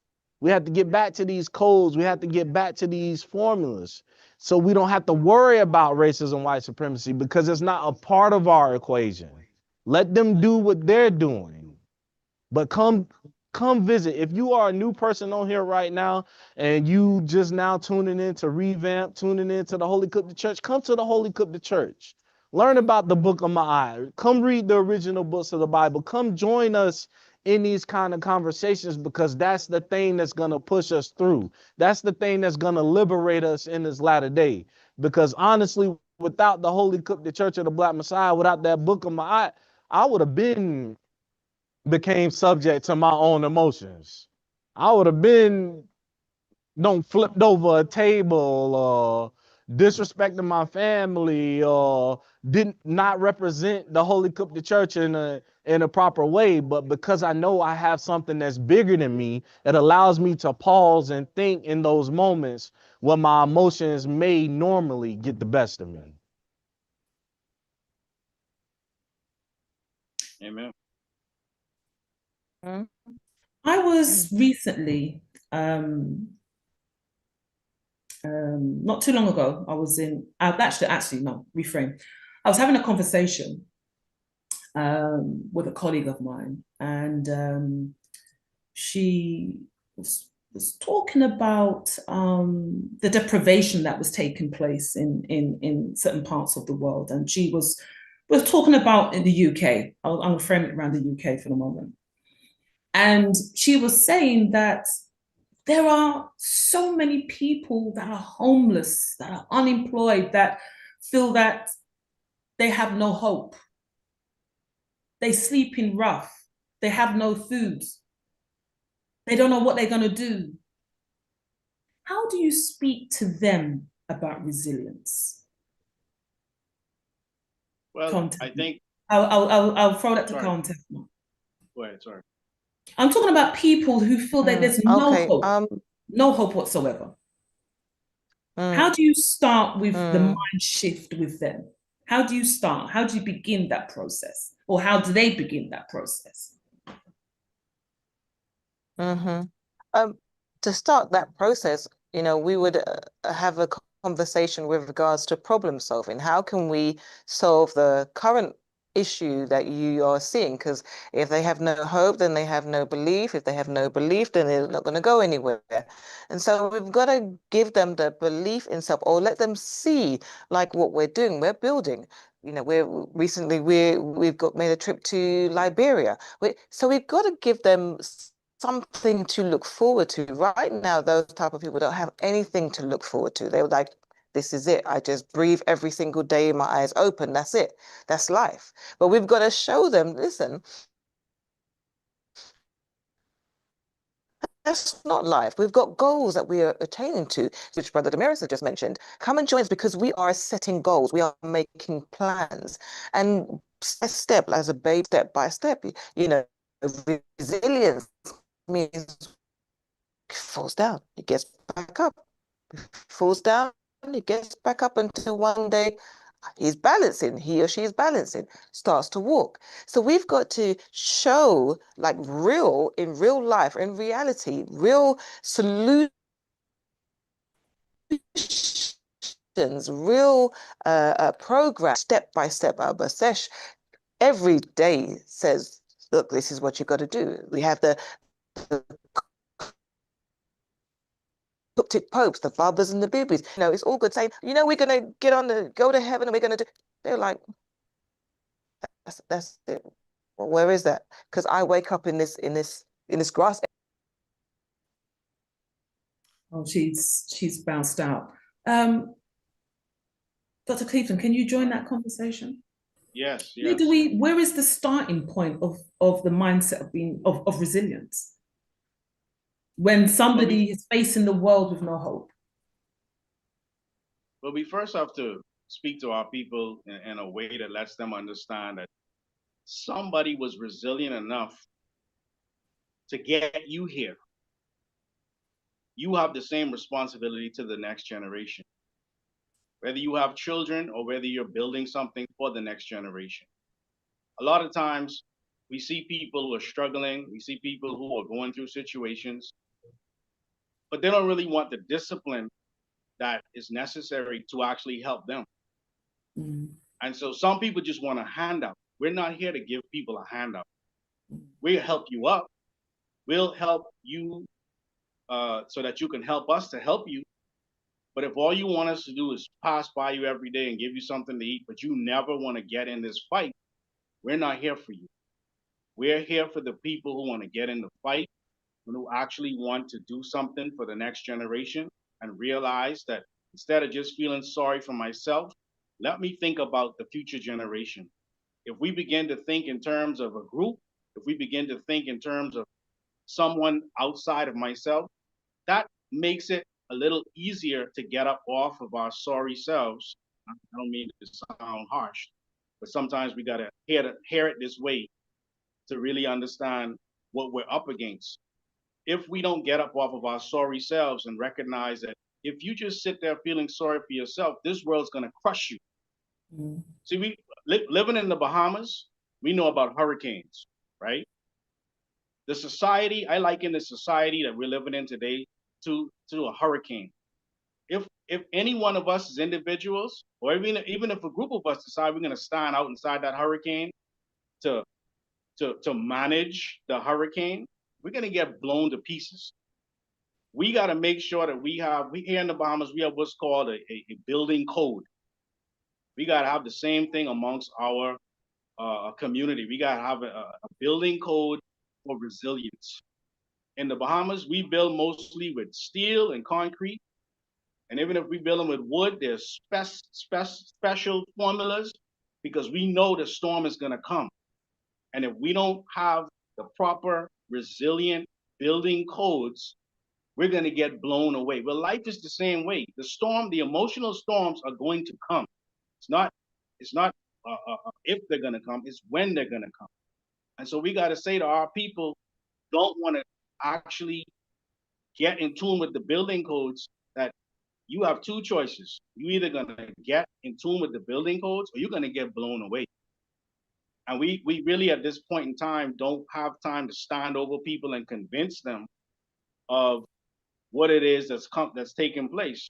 Our Rev, Dr. A.J. Obama, he says to us, we're not here to wake people up. We're here for those people. Once they've awoken, we can say, okay, good, you up? All right, here's the plan. All right, if you're not going to work with us, work with somebody who has a plan for our people, because we are part of the puzzle and there are others that are part of the puzzle. And if we can come together, we can win, and we will win. But we got to make sure that we stop feeling sorry for ourselves, and we got to stop enabling people that feel sorry for themselves. Because it's not about us ultimately. It's about the next generation.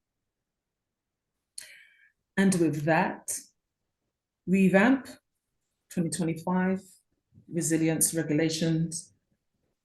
Any closing comments before we close out from the rest of the panel?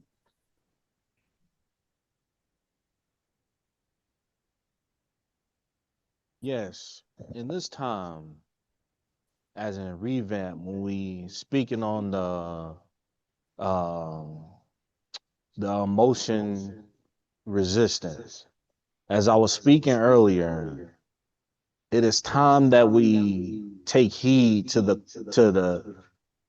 pieces of the puzzle that we have, to the instructions that we have, to the great teachers that we have, because we're not going to have this revolution resilience without it. There's no revolution without Baba Marcus Moshe Garvey. There's no revolution without Baba Dr. Martin Luther King Jr. There's no revolution without BB Marimba Annie. There's no revolution without BB Francis Cress Wilson. And we can continue to go down this list of BBs and Babas, but there's no revolution without all those great teachers that came for us, that gave us the instructions to get out of our conditions, to live a better life, to do for self, to be for self and for each other, and to get us up out of these conditions and to liberate ourselves in this latter day. Now is the time to take stock of that, the young and the old. We have these codes, we have these books, we have the information. You don't have to look too far now. The Church of the Black Messiah is here. Revamp is here. All of these things, this is the what? Fourth year of Revamp? You can always go on our YouTube, on the Cryptic TV, subscribe to the channel, go through those previous revamps, learn from them, because you're getting instructions from doctors, chiropractors, psychologists, all these different things to help us become better in this latter days. So now's the time to take stock of our situation and actually adhere to these things that we are learning in this latter day. Thank you, my brother. And with that, we'd like to close out with Cohen Tefner. Just want to, I do apologize, our internet is a little bit unstable. So if we do come out, let me just quickly say that, as you know, some of us have mentioned, and you will hear again today, we're speaking from our narrative. We've been given a narrative that's not our own.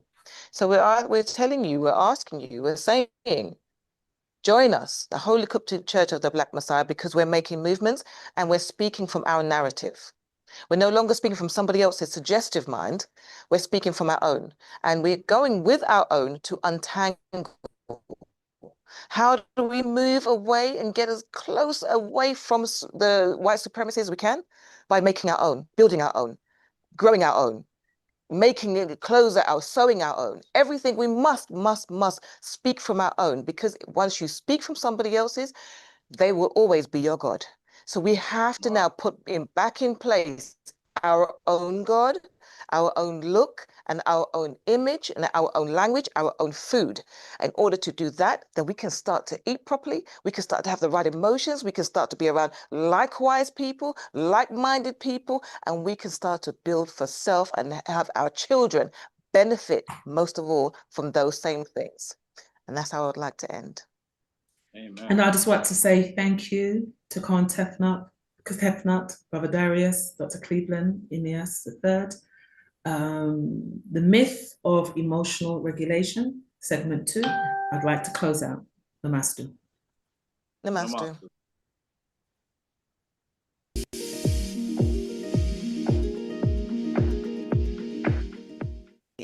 Today, we're going to talk about the difference between being reactive and being resilient, and I'll give you practical tools to shift from one to the other. Think of your brain as having two modes of operation, reactive and resilient. The reactive brain is like a smoke alarm that goes off at the slightest hint of burning toast. It's quick to respond, but not always accurate. The resilient brain, on the other hand, is like a skilled fire marshal who can assess the situation and respond appropriately. Let's look at what's happening in your brain during these two different states. When you're in your reactive mode, your amygdala, your brain's alarm system, takes control. It floods your body with stress hormones and basically bypasses your rational thinking centers. This is why you might say or do things in the heat of the moment that don't reflect your true values or intentions. On the flip side, when you're operating from a resilient brain, your prefrontal cortex stays online. This is the part of your brain responsible for rational thinking, planning, and emotional regulation. The prefrontal cortex helps you pause, assess the situation, and choose a response rather than just reacting. The key to shifting from reactive to resilient lies in understanding your emotional triggers. A trigger is anything that sparks an immediate and intense emotional reaction. It could be someone's words, a particular situation, or even a tone of voice that sets you off. These triggers often have deep roots in your past experiences, which is why they can feel so powerful. How do you know when you're being triggered? Your body will usually tell you first, and you might notice several things. Your heart racing, your muscles tensing, your breathing getting shallower, a sensation of heat rising in your face and on your stomach. These physical sensations often happen before you're consciously aware that you're getting upset. Learning to recognize these early warning signs gives you a chance to pause before you react. This is where the pause method comes in. It's a practical framework that can help you shift from reactive to resilient responses. Let me break it down for you. P stands for pause and notice. As soon as you recognize those physical signs of triggering, take a literal pause. This could be as simple as taking a deep breath or counting to 3. A is for acknowledge what's happening. Name the emotion. What are you feeling? Are you angry, hurt, scared?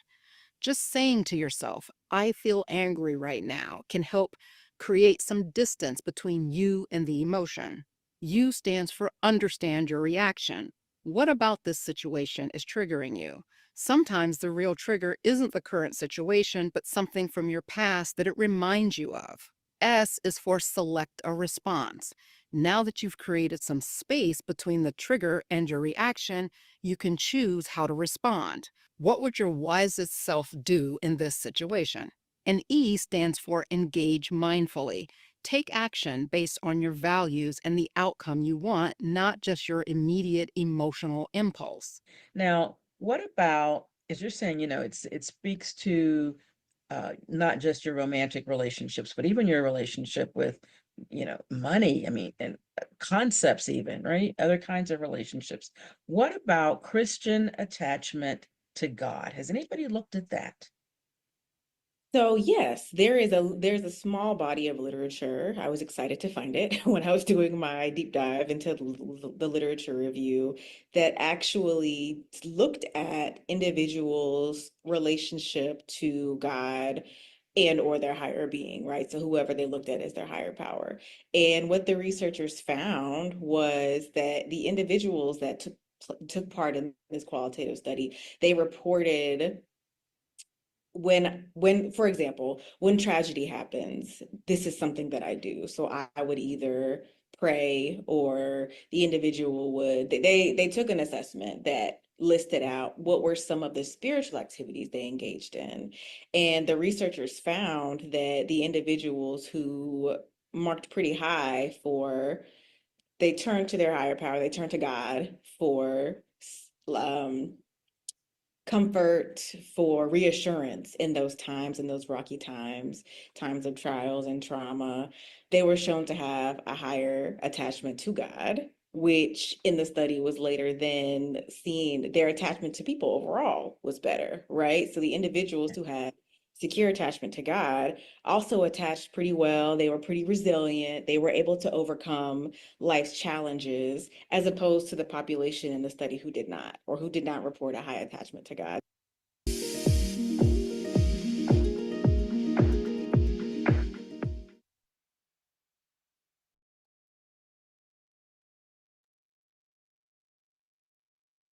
Welcome back to R.E.V.A.M.P.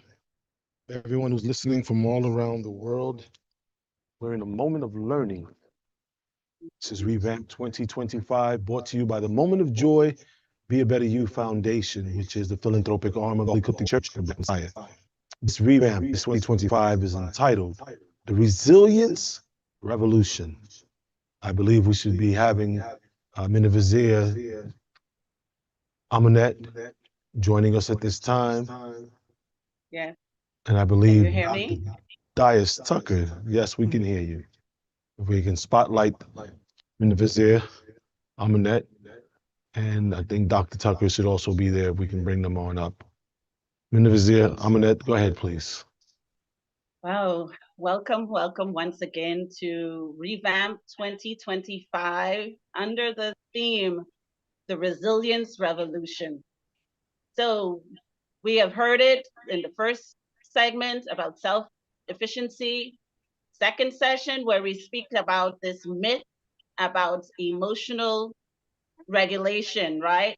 So welcome to segment 3. Before we start, I want all of us who are listening in, and also my panelists, to just take a deep breath in as you breathe in through your nose and exhale through your mouth. Breathe in and exhale. Welcome to segment 3. This segment is talking about this illusion of managing stress. There is a false belief that we can effectively control or eliminate stress through external actions or strategies, when the root of stress often lies within our situation, within our false thoughts, false perceptions, and inappropriate responses to our situations. Instead of managing stress, our true goal must be to eliminate our proximity to the environment, persons, places, and things which stress us as much as possible by addressing underlying issues of racism, white supremacy, and thus cultivating a sense of inner calm. Challenges are opportunities for learning and development.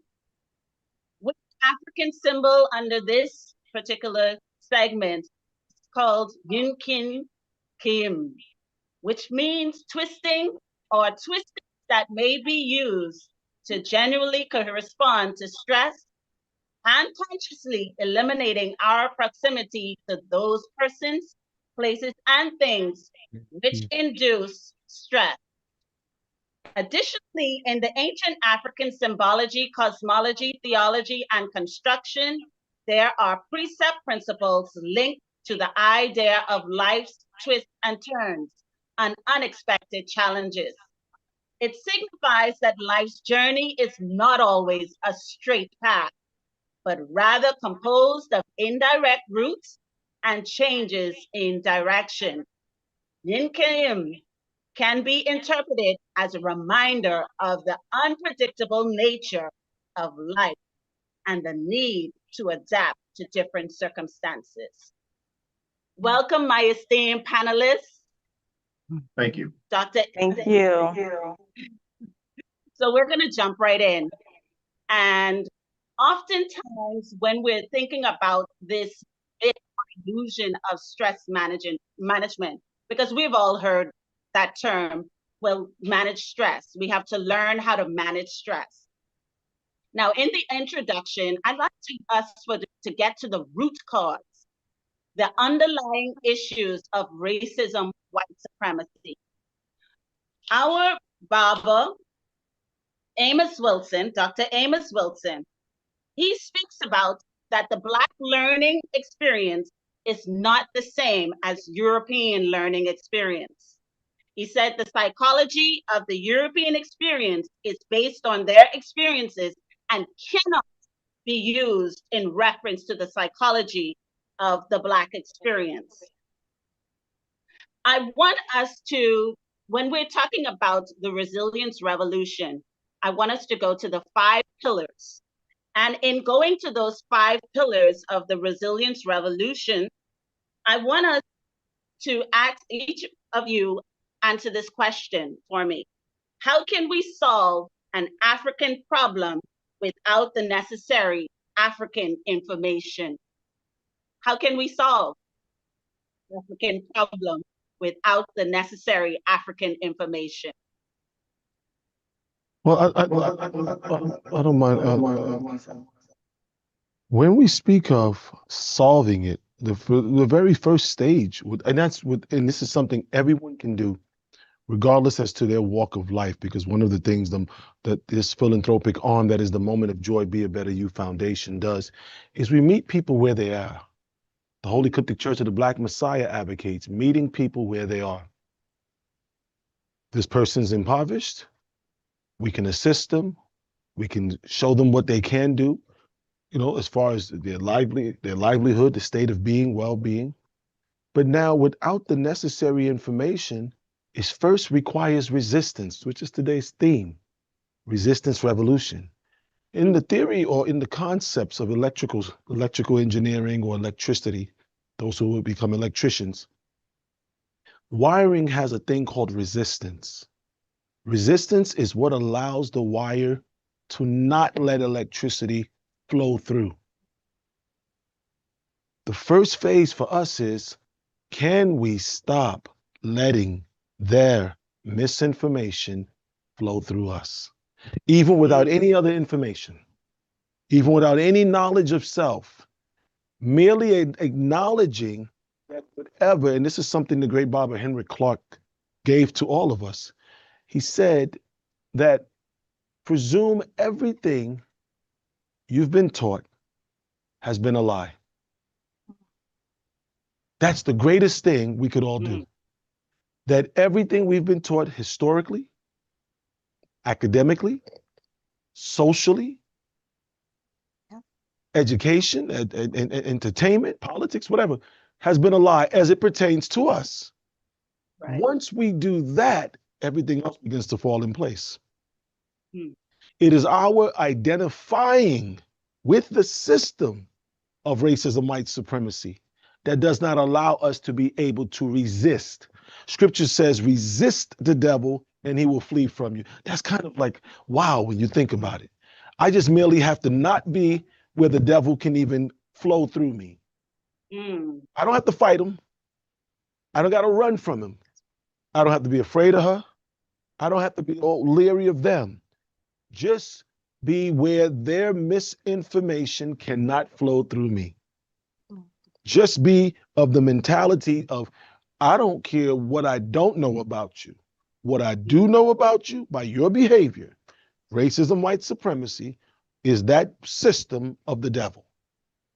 So if you're promoting it because I identify what the devil looks like, what the devil acts like, what the devil behaves like, no thank you.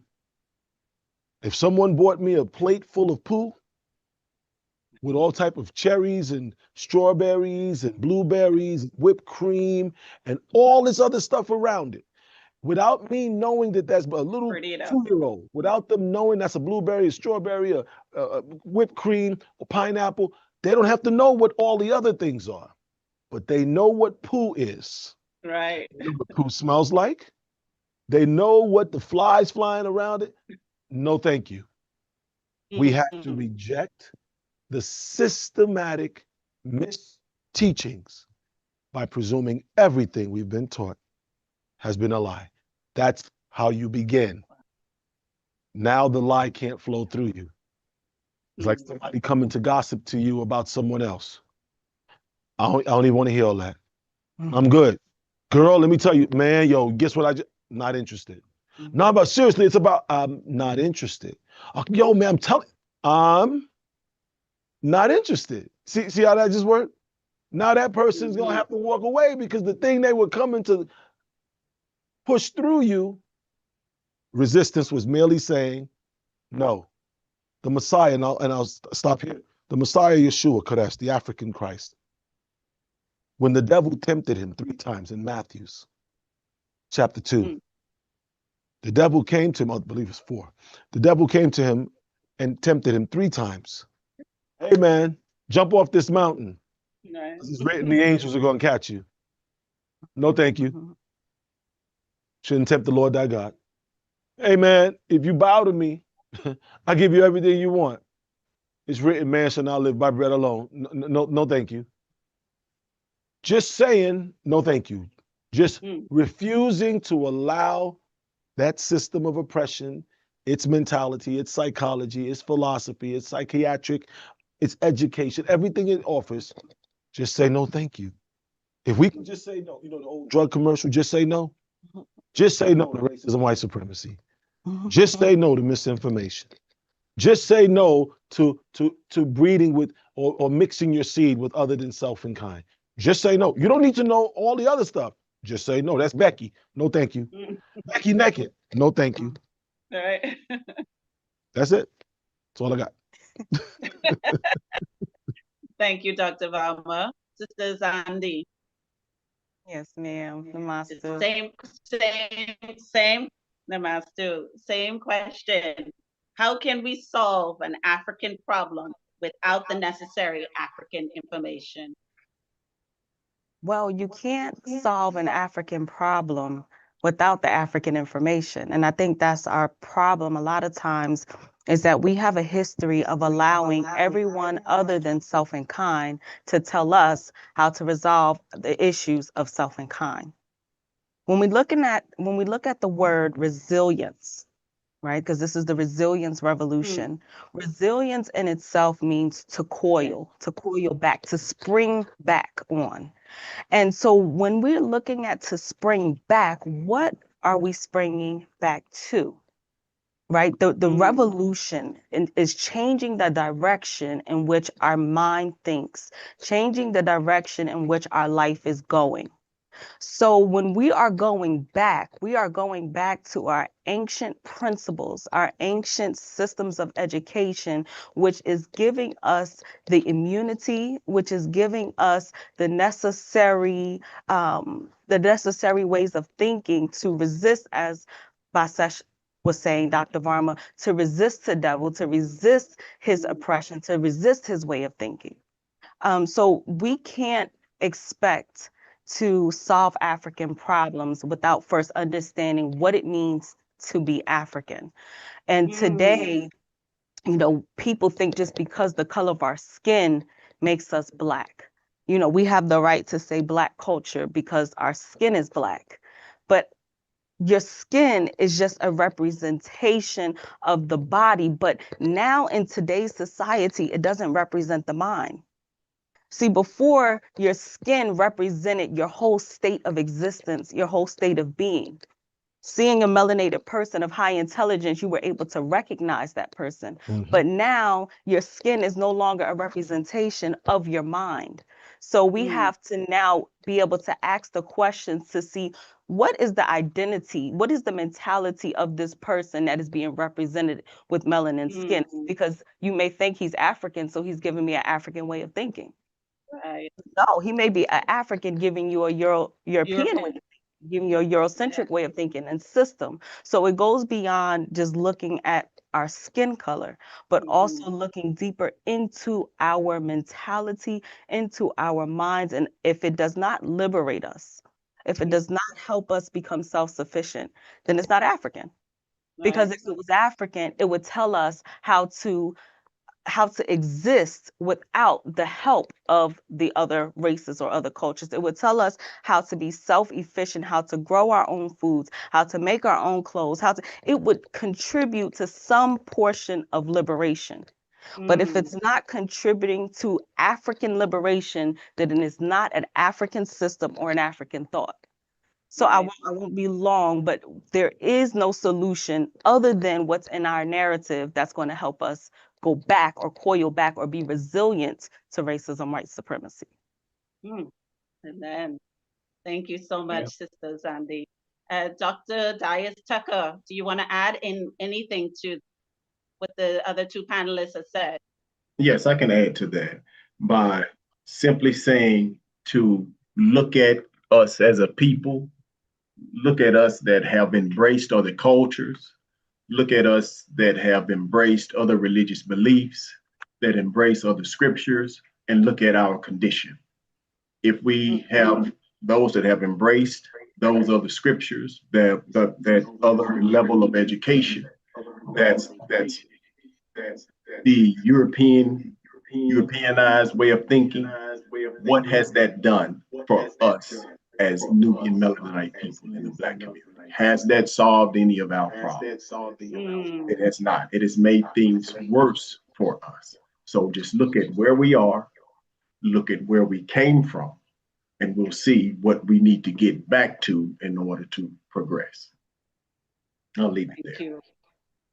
Thank you so much. So I want to jump in underneath that same thought process that you three have presented us with. I want us to speak about, and thank you, Sister Zandi, for giving us such a beautiful, a beautiful introduction to what resilience means and what revolution actually means. And as you spoke about that, Dr.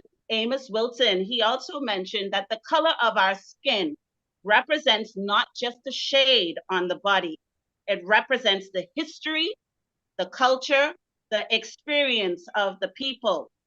It represents a concept of our genes, which is a miniature abstraction of the history, cultural, and biological experience of a people, which is us as Nubian Melanites, as African people of descent. How important is self-awareness or self-knowledge for us as African people of descent or Nubian Melanites to help us navigate through stressful situations today? Sister Zandi, please. Okay. All right. How is self-awareness, how does it allow us to navigate stress today? Yes. Okay. Yes.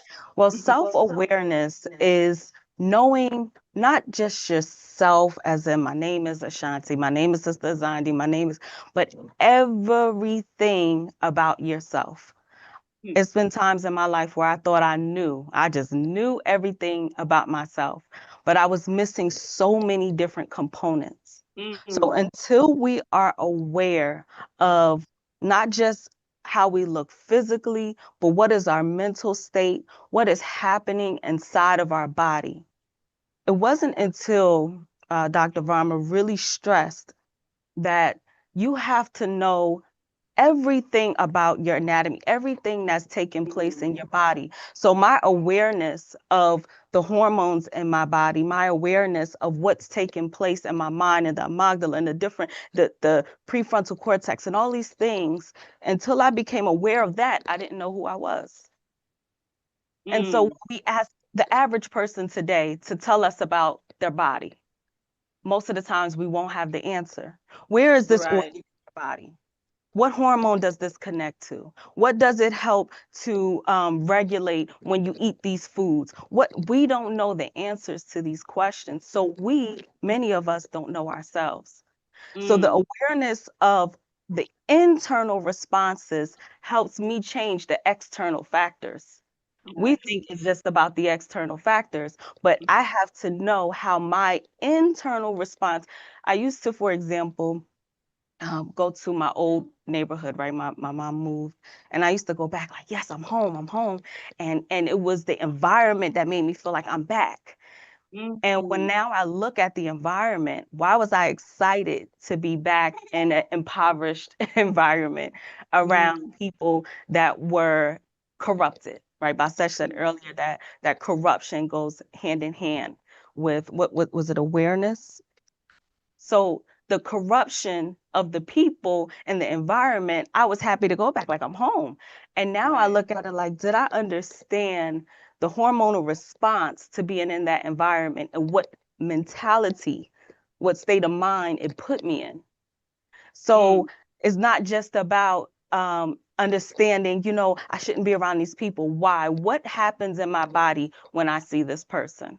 What happens in my body when I step foot into this environment? What happens in my body when I see these things? These people, places, and things that have become so much of a factor of keeping us in a bubble or in a very confined place. But we step outside of that when we begin to understand what that place is and how it interacts with me. So awareness is knowing everything about everything. So now I can better manage the stress. Because now I know not just don't be around you, but being around you triggers this in me. It triggers a old experience with a person or a place or a thing. And now I have more mindfulness of people, places, and things. So now you can manage your stress. A lot of times we don't manage stress because we allow people to be in our equation. So it wasn't until I took people out the equation that I could better manage the stress. See, when you're in my equation, now I got to worry about you. But if I remove you from my equation because I understand and I'm aware of myself, now I've taken away the factors that can even affect my life and my circle, right? Just a quick example is, a lot of times we tell people, come join us. And it seems like it's just cliche. Everybody wants somebody to join something. Everybody's in a religion.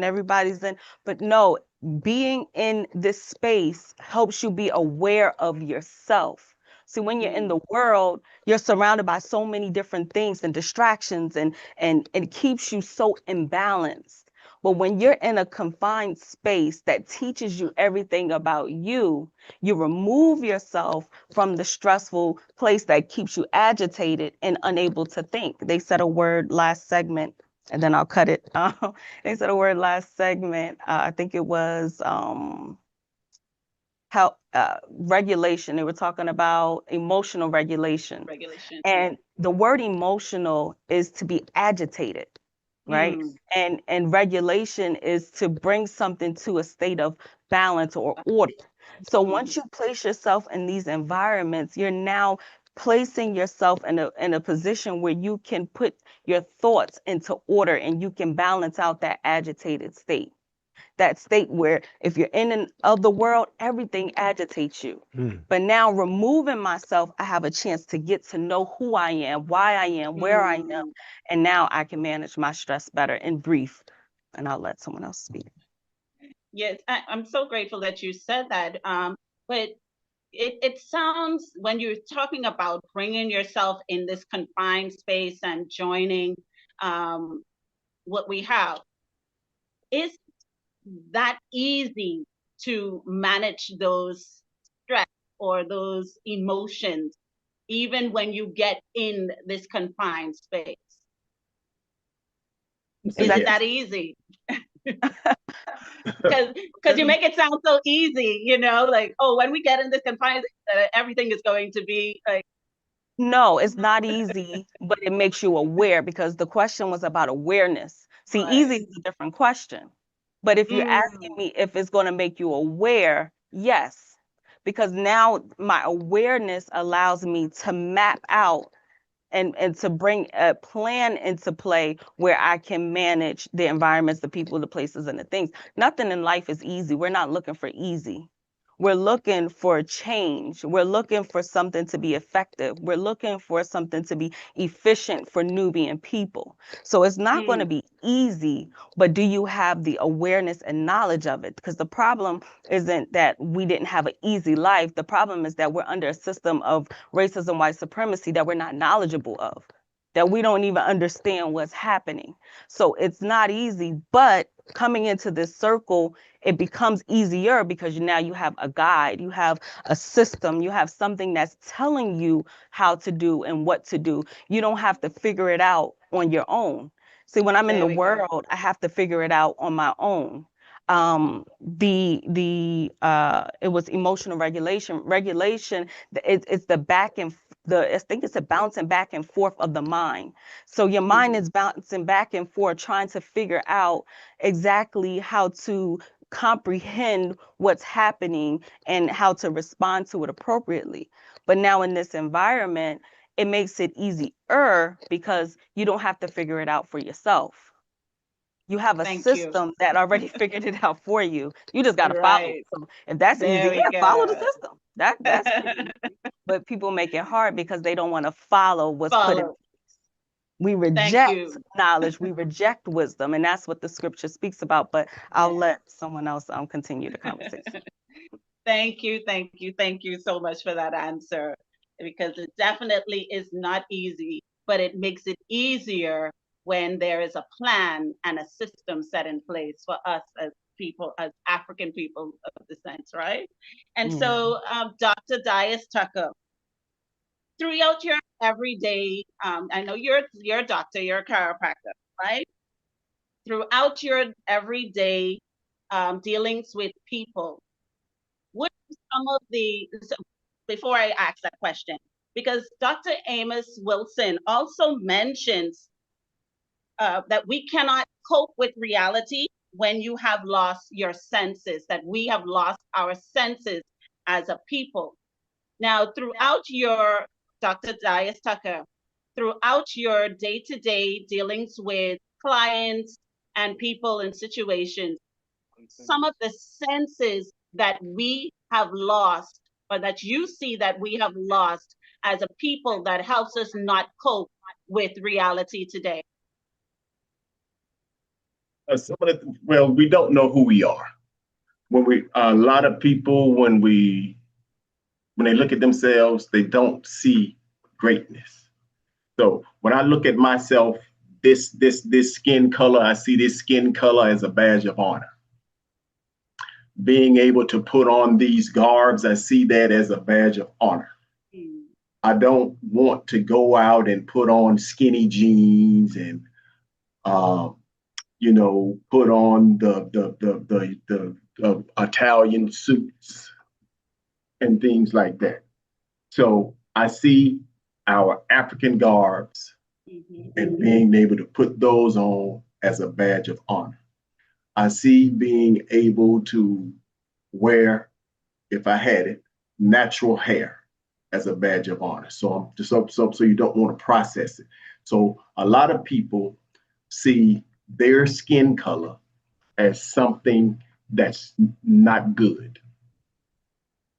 They see being able to put artificial hair in your head as stylish, fashionable, being able to carry around certain types of purses and fashion and wear certain types of clothes. That's being accepted by something, and it's not beneficial to us in any way.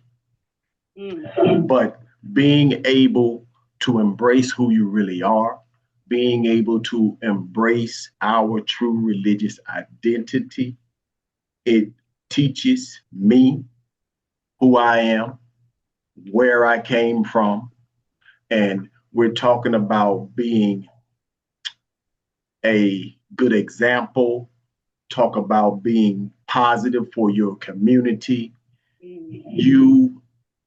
A person cannot become what they can't see. So a person that's watching rap videos all the time, their mind is going to want to become that. So you have to put positive images into a community. So we have things, affirmations in the clinic that people read. They see things. It's certain clothes that I wear when I'm actually in the clinic, and I have or even when I'm at school. And children are used to seeing grown men and women in tennis shoes all the time. So whenever they see me in shoes, they always say, why do you wear your church shoes every day? And I have to explain to them that they call them church shoes. Right. But that they're actually casual shoes. So image does play a certain part in that. So the community, they have to see it. And I work in the inner city, and a lot of the other teachers, they have behavior problems that I don't have. Mm-hmm. You know, and it's because that I speak with the child. I don't yell at them. I don't yell at them. And you know, the ones that I have problems with, I may have one or two encounters where we have problems in the class, but you know, after and letting them know what's expected, not yelling at them, I'm connecting with them, and I don't have those problems anymore. Okay. So being able to be a good example for the community, being able to relate to the kids, to the children, and being able to show them what has happened and what they need to be responsible for moving forward, then a lot of those problems kind of go away. And the kids have a different level of respect for you when you take the time to talk to them in that way and show them certain things. So you have to be that example. You have to let them know that everything that they see, everything that they hear, is not real in a way where it'll be beneficial for them down the road. Okay. It's kind of like something that's put. It's like bait that they want you to grab to throw you off where you are actually trying to go. Okay. And I explain it to them that way. And even though they're sixth, seventh, and eighth grade, they relate to it. And then they come back and give you examples when that actually happened to them. So they do understand it. Right. So we just have to be the example. We have to be, we have to know who we are. Right. We have to be proud of who we are, and we have to promote who we are and go out and teach the world. That's what we have to do. Wow. Thank you so much. Thank you so much. Dr. R.E.V.A.M.P, would you like to add anything to, we're talking about the loss of senses of us as a people and how it relates to us not being able to cope with the actual reality that we are facing today? I would say not necessarily just the loss of senses, but the dulling of the senses.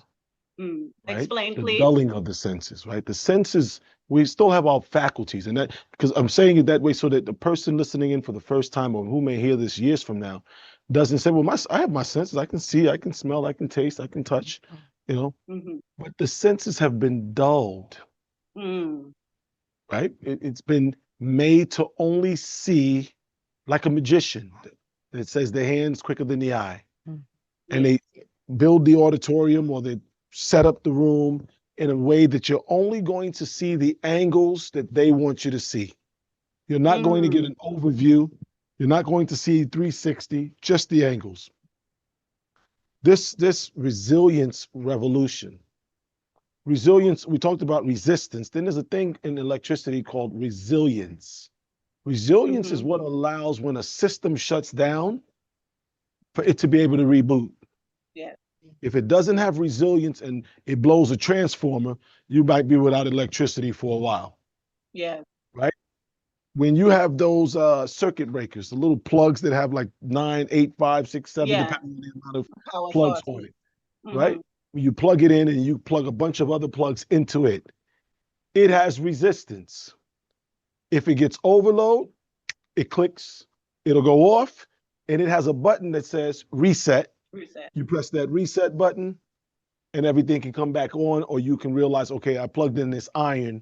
This can't handle the iron. Instead of blowing a fuse, it shuts everything off. You unplug the iron, everything else can come back on. Resilience. When you and I are looking at the senses today, we have to make sure they have resilience. The muscles in the body. Muscles have resilience if you use them. You use your legs every day and you suddenly had to run, you can take off running. You're not going to pull a muscle. You're not going to pull a hamstring. You're able to get where you're going. If you don't walk every day, you suddenly have to burst and run, You'll do it, the adrenaline, then after the adrenaline wears off, oh man, I think I pulled a muscle. Oh, I pulled my back. I pulled a hamstring. You've pulled something. That thing's ability to mend, that's the resilience. Its ability to, the muscle can heal, and how fast it recovers, how fast it allows itself to heal, to mend, so that you can use it again. Yeah. Resilience. I'm saying this because, again, to the question, when you and I are looking, when you and I are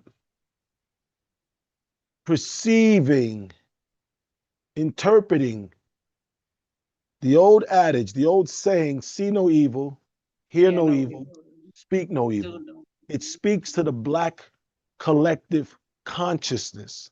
It's been made where we are seeing yet not seeing.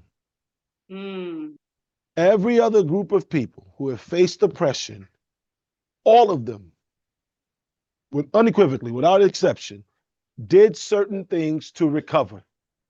They did certain things to establish, to show that they had resilience. Yeah. So now we have revolution. We'll flip some cars. We'll burn the garbage cans now. Yes. We'll bust some glass windows. We'll protest. That's the revolution spirit they talk about. But that revolution spirit doesn't have a recovery. After, we said years ago, after the riots and the rage, what next? Then what? Then what is the resilience? After you get rid of the Chinese hair shop or the nail shop or the restaurant, Chinese pork fried rice, once we get rid of all that, resilience is, for the senses, can we now replace that with a healthy restaurant? Yeah. Can we replace the supermarket we destroyed with our own supermarket? Because the supermarket is insured. Most of the owners of the businesses that are outside of our community that come into our, they don't mind. They're like, destroy it because they're going to collect that insurance money. And either come back to that same neighborhood or go to another neighborhood and reestablish even better. You follow? Because they're going to say I had $300,000 worth of stock instead of $100,000. When we start dealing with the senses and resilience and resistance and revolutionary thinking, the senses, we have to take off the blinders and refocus the lens. We have to remove the wax out of our ear and the earphones and the earbuds and the earplugs. You know, when you work in construction, years ago I worked in construction and we used to have to wear these earplugs because it's so loud on the construction site. So to keep from losing your hearing, you wear these earplugs. But everybody knew that if you wanted to talk to each other, you had to pull it out because you can't hear each other. And definitely when you get ready to go home, you got to pull it out. Because if you don't pull them out, it's going to affect how you're going to react in the world that that noise isn't in. You're going to be delayed. The way we speak, our sense of speaking. Speaking is related to what? Touch. Because we speak with our tongue. The tongue has to move. The tongue has to touch the palate. It has to drop down, has to go to the cheek, has to touch the back of the teeth, has to go between the teeth to enunciate. So our ability to have our senses restructured, giving back the resilience, giving back the resistance, and that only comes from proper education, not just in school, because that's just where you get the academic Hellenist approval. But when you step outside that classroom into the classroom of life, we need to know the right BBs, the right bobbers. I said this earlier. We have to have the right people, the right reading material, the right visual material, the right auditory material. You got to listen to some Bob Marley and some Peter Tosh and some Chronics and some old school. If you listen to rap, listen to KRS-One, you know, Boogie Down Production when they were talking to you about your situation. You understand what I'm saying? The foods that we eat, we have to get to cooking. Dr. Ford said in the last segment, cooking cultural foods that identify with a melanin culture, indigenous somewhere on the planet. Because if you are what you eat, when you begin to eat cultural foods, your sense of culture comes back. When you begin to watch cultural cinematography or documentaries, your sense of culture as far as what it looks like will be refocused. If you begin to listen to cultural lectures and conversations, your sense of what culture sounds like will be returned to you. If you begin to read, you'll know what cultural books look like, and then you'll see the results of what that does for your senses, thus what it does for your life, as Sister Azandi said a little while ago, and then your life becomes resilient, resistant, and that is revolutionary. Amen. Thank you so much, Dr. R.E.V.A.M.P. My next question is, when we speak about inner work, doing the inner work, Sister Zandi, what does that actually mean? Doing the inner work, that means a lot. Because the inner work has so many different components. Like doing the inner work, you have to, as our teacher would say, retrace the past, blueprint the present to foretell the future. So there's a lot of things that happen in the past. And the inner work is being able to put those things into perspective. Because when we have trauma responses and when we have stress, it's not because of the event itself, but it's now because of our perception of that event. So the inner work is being able to sit down and put all of these pieces into perspective. The why did I, the why, not the why did he or she, and that's the hardest part, is not why did they do it, but why did I do it? That's the inner work, is understanding why did I make certain decisions in my life? Why did I put myself in certain environments in my life? Why did I? And having that understanding of why brings you through this inner working that allows you to evolve in such a way where you're not being pulled down, you're not being held down in a place of depression or a place of anxiety or a place of regret or a place of shame. But now I can evolve in such a way because I have a different perspective of what took place. And we can never change our perspective of those things if we don't do the inner workings to even acknowledge our role or our part in them. So for me personally, there's a lot of inner work that I had to do. And it wasn't, just saying, okay, I know I was wrong, but it was me digging deeper into, what inside of me was attracted to these different things, or what inside of me. So that, to me, that's the inner work. And it's not easy, because earlier you mentioned it being easy, but it's not easy. And a lot of times it's not easy because we're fighting old outmoded habits. We're fighting these ways of thinking that have been, mistaught. We're fighting hormones. Right. I could fight, you could fight people, but it's harder to fight hormones than it is to fight people. A lot of times people say, it wasn't me. I don't know why I did that. That's not even who I am. Or why did I sleep with this woman or this man? Or that's not me. But you didn't understand that you are fighting a hormonal response in your body to these people or to these places or to these things. And that's the inner work, is understanding the responses that takes place in you to these things. So, inner work goes deep on a mental level, on a physical level, the physical work that it takes, the spiritual work that it takes, and the emotional work that it takes. But inner workings, we have to understand, must come from a cultural perspective. Because I know a lot of people, and even myself in the past, thought that I was doing the inner work. But you can't do the inner work if you don't have a foundation. If you don't have a foundation that tells you this is what the results of that inner work should look like. Because you could think you did the inner work, but you don't have the results. So did you really do the work? So there should be a certain result that you get, and only your culture can give you that result, because if you're not using your culture, you'll have everybody else's results. And some people are okay with the results of debauchery. Roman culture was debauchery. Those results was okay. But for us, is that okay? So we have to understand that it's coming from a place of culture. And if we put ourselves in the environment, like I said earlier, it helps us to now say, like, if I have a circle of people, people use that analogy, oh, my circle, my circle. If we're saying the Holy Coptic Church of the Black Messiah has an environment that I can pull you into because I'm in this circle, now I can pull you into a space where you can do the inner work. I can direct you other places, but I can't pull you into their circle because I'm not there.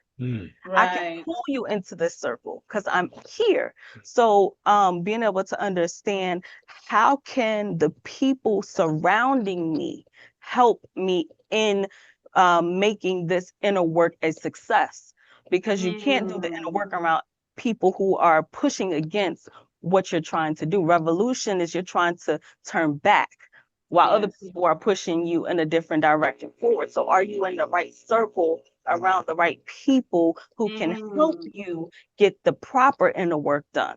And I say, girl, yeah, you did that. You know, man, you the step. And it's like, no, because my results doesn't really tell me, Doesn't reflect doesn't it, tell me that right? that's what I'm doing, because I'm still failing. So a lot of times we have these formulas and we think that we're solving these equations, but we're never getting the results that's producing the peace. We're never getting the results that's producing the liberation. We're never getting the result. And this is why we're here today with Revamp, Yes. and talking about the resilience revolution. So I pray that answers your question. I don't want to take too much time, but inner workings is understanding that it's not one dimensional.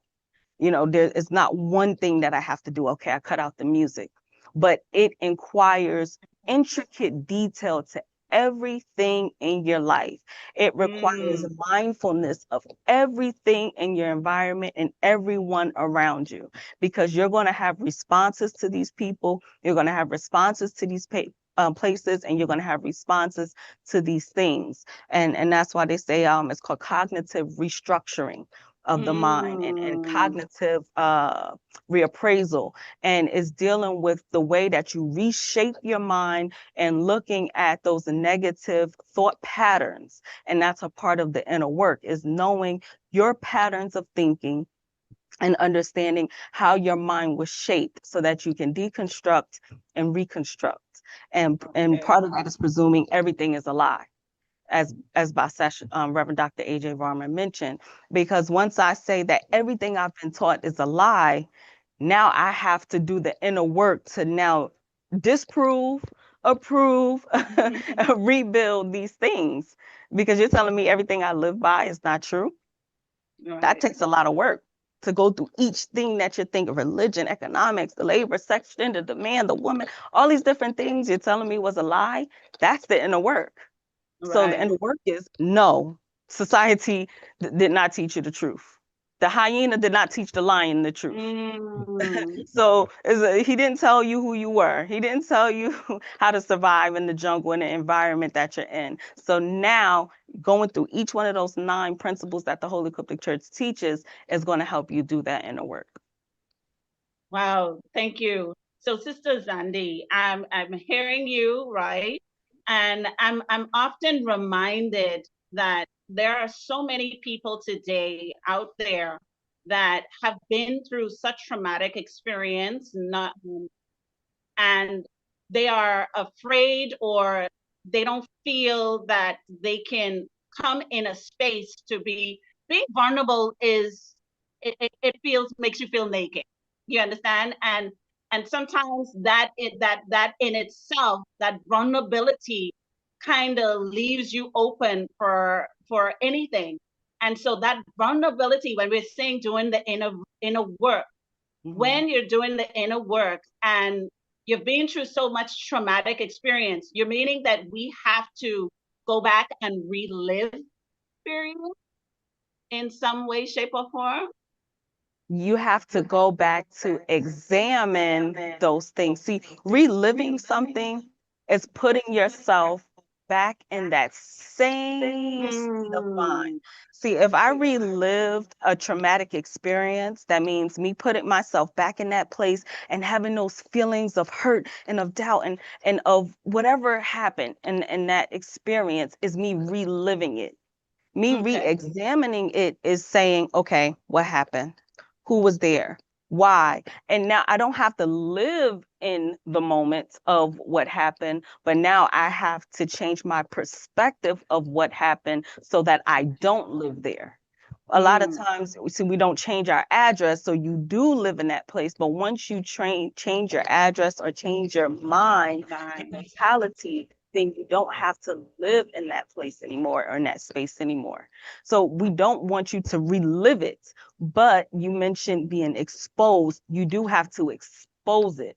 Okay. We don't want to expose it because now it's open. Now Open. That's right. you know, everyone can see it. I can't hide who I am. I can't hide my past. But once you expose something, you can't deconstruct something without exposing it. You know, I have to expose the lie in order for me to find the truth. Yeah. You can't find the truth of a lie that's not exposed. So the lies that lie inside of us has to be exposed in order for us to reconstruct those lies, in order for us to change the way that we see what happened to us. A lot of times, I think because we put ourselves in a position where many people think either it can happen or it won't happen to me. And because of that mentality, we left ourselves susceptible to all of these different things that took place because we never shielded and guarded ourselves by saying, it can happen to me, and it does happen. Because once you do that, and once you tear down the lies and you rebuild, now you have to have that mentality to shield yourself from future experiences, future experiences that will make you relive that lie or doubt or trauma, because now you keep putting yourself back in the same position. So now, once you go through those different what did you call it? You said you want to relive it. No, but once you examine those different things, you can now shield yourself, protect yourself. That's what the body is meant to do, protect you. The hairs of your body let you know when something lands on you. The blood-brain barrier protects you. There's so many mechanisms in our body that protects us, but now we have to protect our mind and our space from saying, okay, now that I know the truth, how do I shield myself from allowing this to happen again, or for me to place myself in this position again? Amen. Thank you. Thank you. I pray that Thank makes you. sense. It does. Thank you so much for those words. Thank you. So it just, yeah, I think we're coming down to a close of this session, of this segment, right? I remember growing up, my dad always used to say this prayer: grant me the serenity to accept the things I cannot change, the courage to change the things I can, and the wisdom to know the difference. I want to ask each of you as we close out this segment, we have two things that we can do that you would advise us as Nubian Melanites of African people of African descent on how we can how we can eliminate stress in our lives and live a more balanced way of living. Okay. You said two things Yeah. that will help you to be able to manage stress Or better. or eliminate stress. Manage or eliminate. I would say we would first have to know who we are. We would have to know who we are as a people. We would have to understand where we came from. So, embracing who you are and understanding that our future is in our hands. No one else is coming to help us. The changes that we want to see in the world, we must first see those, make those changes within ourselves, and then we'll be able to help other people, bring these people to the collective, and then all of us will be able to put our energies together, put our heads together. We embrace this doctrine, and we'll be able to work together to achieve liberation. Amen. Thank you. Sister Zandi? Yes. I'll keep it brief. and I'm gonna say one thing. And the Okay. reason why I'm gonna say one thing is because it's one solution. The reason why I'm saying it's one solution is because I've had several conversations with people that I love. And well, one of my sisters, I had a conversation a while ago. And I said, sis, now that I'm looking at it, I said, the only difference between me and you or our paths is that I chose something. I chose something that has helped and is helping me. I can't help you or I can't tell you what to do out there. I can't tell you how to navigate Nod because I was in Nod and I wasn't successful at navigating it. Right. Right? I can't tell you how to navigate that environment, but the difference between the two is that I place myself and chose something that helps and that tells me exactly what to do. So I now I limit the solutions from saying, girl, do this, try this, do that, to saying choose something.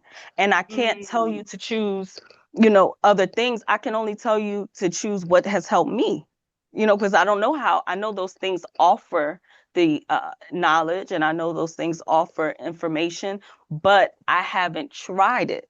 So I can only offer you what I've tried. So if I took a medicine and I said this medicine works for me, that's the only medicine I can recommend.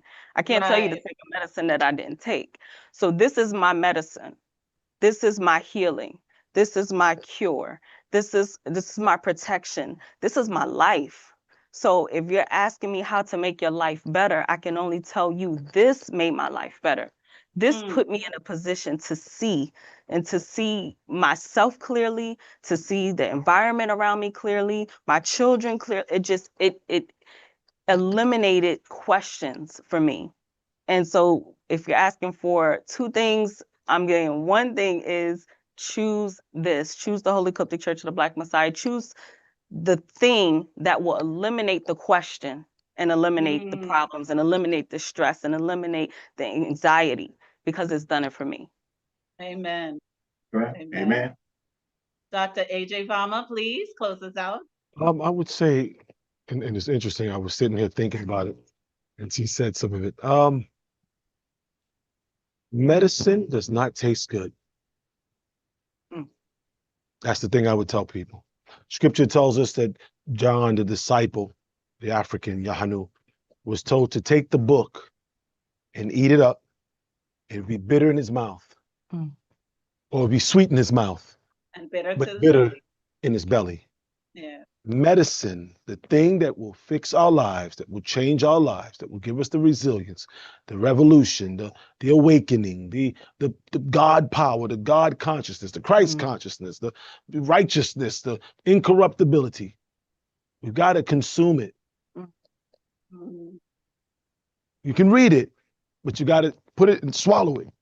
Yeah. And medicine doesn't taste good. Some of us, we're reading information, we're watching things on YouTube that are great teachers and great BBs and bobbers and orators and lecturers, but we're not taking in the medicine. We're rubbing it on us. Imagine you got a headache and you take some Motrin and you start rubbing the Motrin. You just rub it on the side of your head.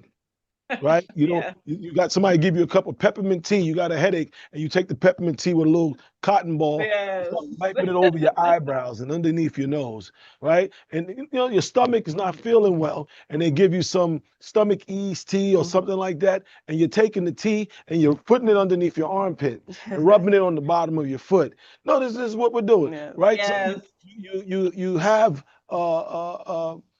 the baby has the fever and you're walking around them and you're fanning them. That's all you're doing. You're just fanning them. There's no cold baths. There's no Motrin. There's no Pep. There's no Humphreys. There's no. You're just fanning them. But you have on your table all this medication, all these herbs. You're in the alchemist room. You have every herb that can cure your disease. That's all the BBs and bobbers who gave us everything from psychology to anatomy, physiology, history, Egyptology, Mormon, whatever the doctrine. They gave us medication. You have this massive medicine cabinet and you're not feeling well. And you're taking the books and instead of reading them, you're picking them up and you're just rubbing them on the and it feels good because it's good. Sometimes you got a headache and you got a loved one, they just come in Yes. and do this.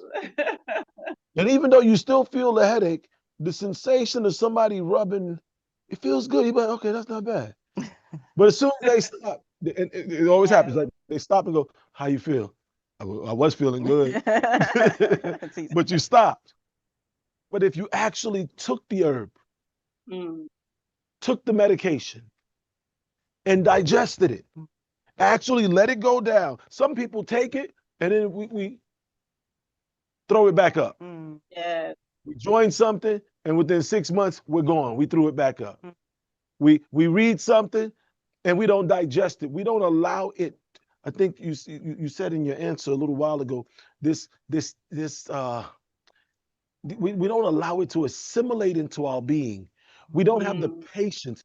Much of what we see in relationships between men and women, sometimes we don't have the patience to let this situation be digested. We want all the, what we doing? What we doing next week? 2 weeks from now, where we gonna go? Who's gonna go first? Who's gonna buy? Who's going, and what? And when we get there, what we gonna wear? And the Messiah talked about that. Take no thought for tomorrow will take thought of the things of itself. We want to know everything. What time we gonna be at school? What school we going to? The kids, when they gonna get married? When they get married, what's the wedding dress gonna look like? When he turned 15, what school he gonna go to? How he gonna, and we don't, no, that's not real. We're taking the medicine and we're going, I took the message to the black man. It's not working. Right. Okay, wait, let me try ISIS paper. It didn't do nothing for me. You got to give it time to be digested. Yes. You got to let it sink into the stomach, be digested into the bloodstream, turned into nutrients, move through the blood, move to the organs, reprogram the organ. Revamp is about reprogramming this body of the individual so that individual plugs into the collective, and the resilience comes from healthy bodies. But we can't get to healthy bodies if we keep throwing up and throwing out all the medicine. So I'll just tell people, take the medicine. Medicine go down your throat. Don't, because older people and little kids, you give medicine, what they do? Put it under Hold it in their mouth. Yes. Put it under their tongue. Yeah. Now, if it's sweet, they swallow it. It's sweet. Yes. If it's bitter. Years ago, my mom right in their mouth. castor oil, cod liver oil, once a month. That was the longest walk. You understand? Come get the cod liver oil. Oh my God. But she would always say, open your mouth, lift up your tongue, swallow it. She wanted to make sure, because she understood the parasites.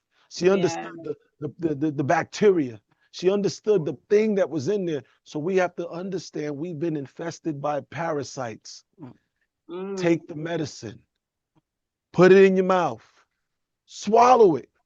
Don't throw it back up, and leave it in there, and then put some more. And then keep adding more medicine. If the medicine says take every 8 hours, take it every 8 hours. If we do an event every month, show up to the event. If we say we walk every day, guess what? Walk every day. If we say read a page a day, at minimal, read a page a day. Read a page a day. That's the prescription. We can't say that righteousness and the consciousness doesn't work and we're not following the prescription. Take it 3 times a day. I took it 2. This not working. Didn't we say 3? Take the medicine. That's where I would leave it. Take the medicine. Amen. Amen. Amen. Thank you all so much. Thank you, my esteemed panelists. Thank you so much for sharing your wisdom and knowledge. And I pray that all those who are listening in and those who will listen to this recording, I pray that you just do that. Take the medicine.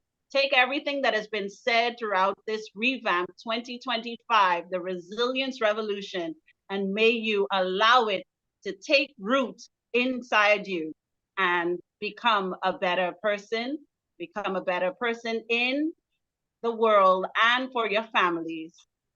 Thank you so much.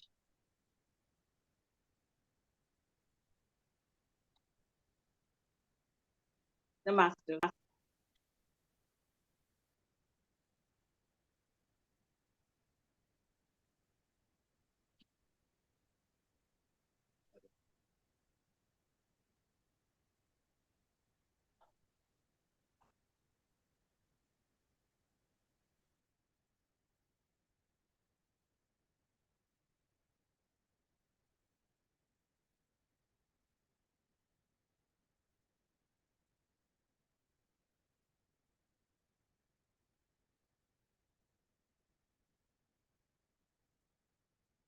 Just grateful today. I'm just grateful today. Yeah. Sunshine, clear skies, every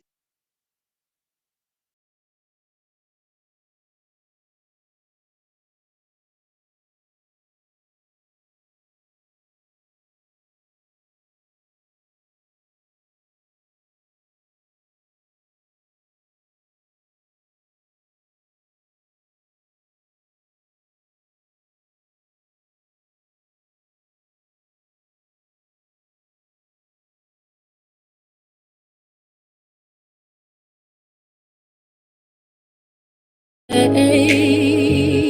Yeah.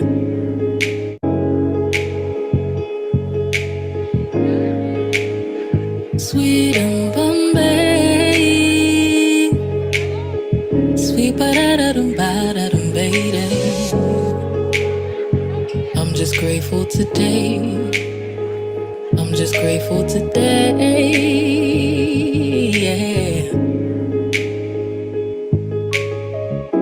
Sunshine, clear skies, everything is alright. Sunset, moonlight, I'm just cruising. I wake up grateful every day, covered in favor, doused in grace. Only good vibes rolling through my way. Thankful that the Lord woke me up today. Got a loving family and solid friends, ones that'll ride for me till the end. Car and a crib, I ain't late on rent. All of my blessings I haven't seen. Heaven sent.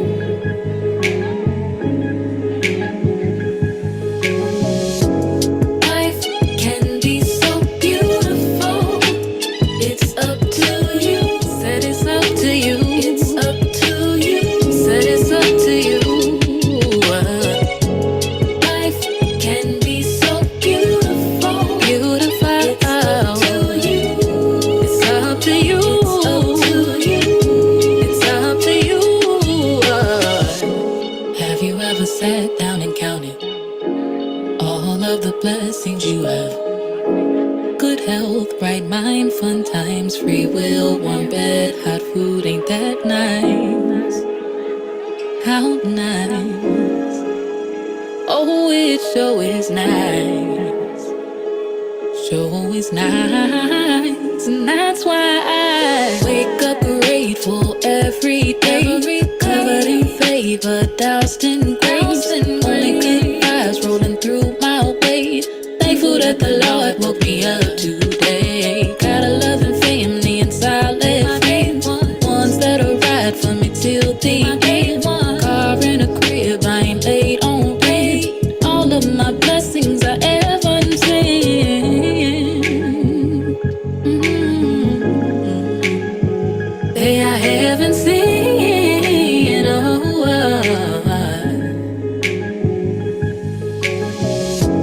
life can be so beautiful. So beautiful.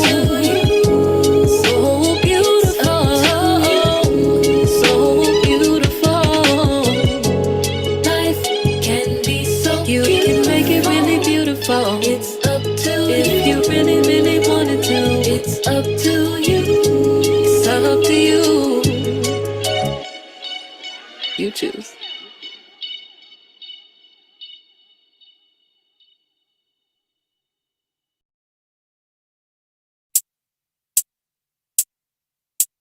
Hey there, little brown girl. I just want you to know that your hair and your lips and your skin, melanin, it's all beautiful. Hey there, little brown girl. I just want you to know it's okay for your nose to have a little bulge. Ain't nothing wrong with having bigger nostrils. Little brown girl.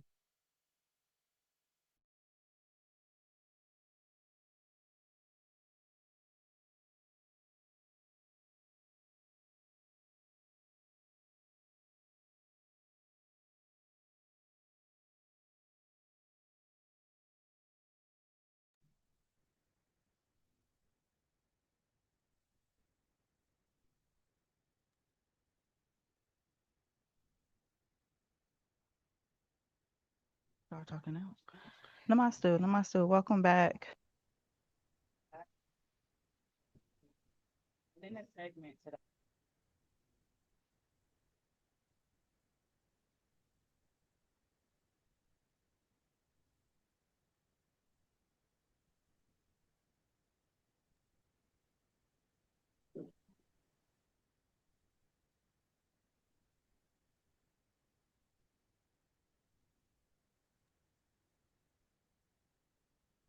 We're not hearing. We can't hear you, sis.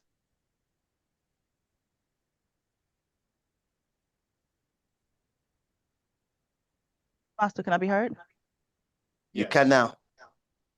Thank you. All right, so we're in the final segment, living with gratitude.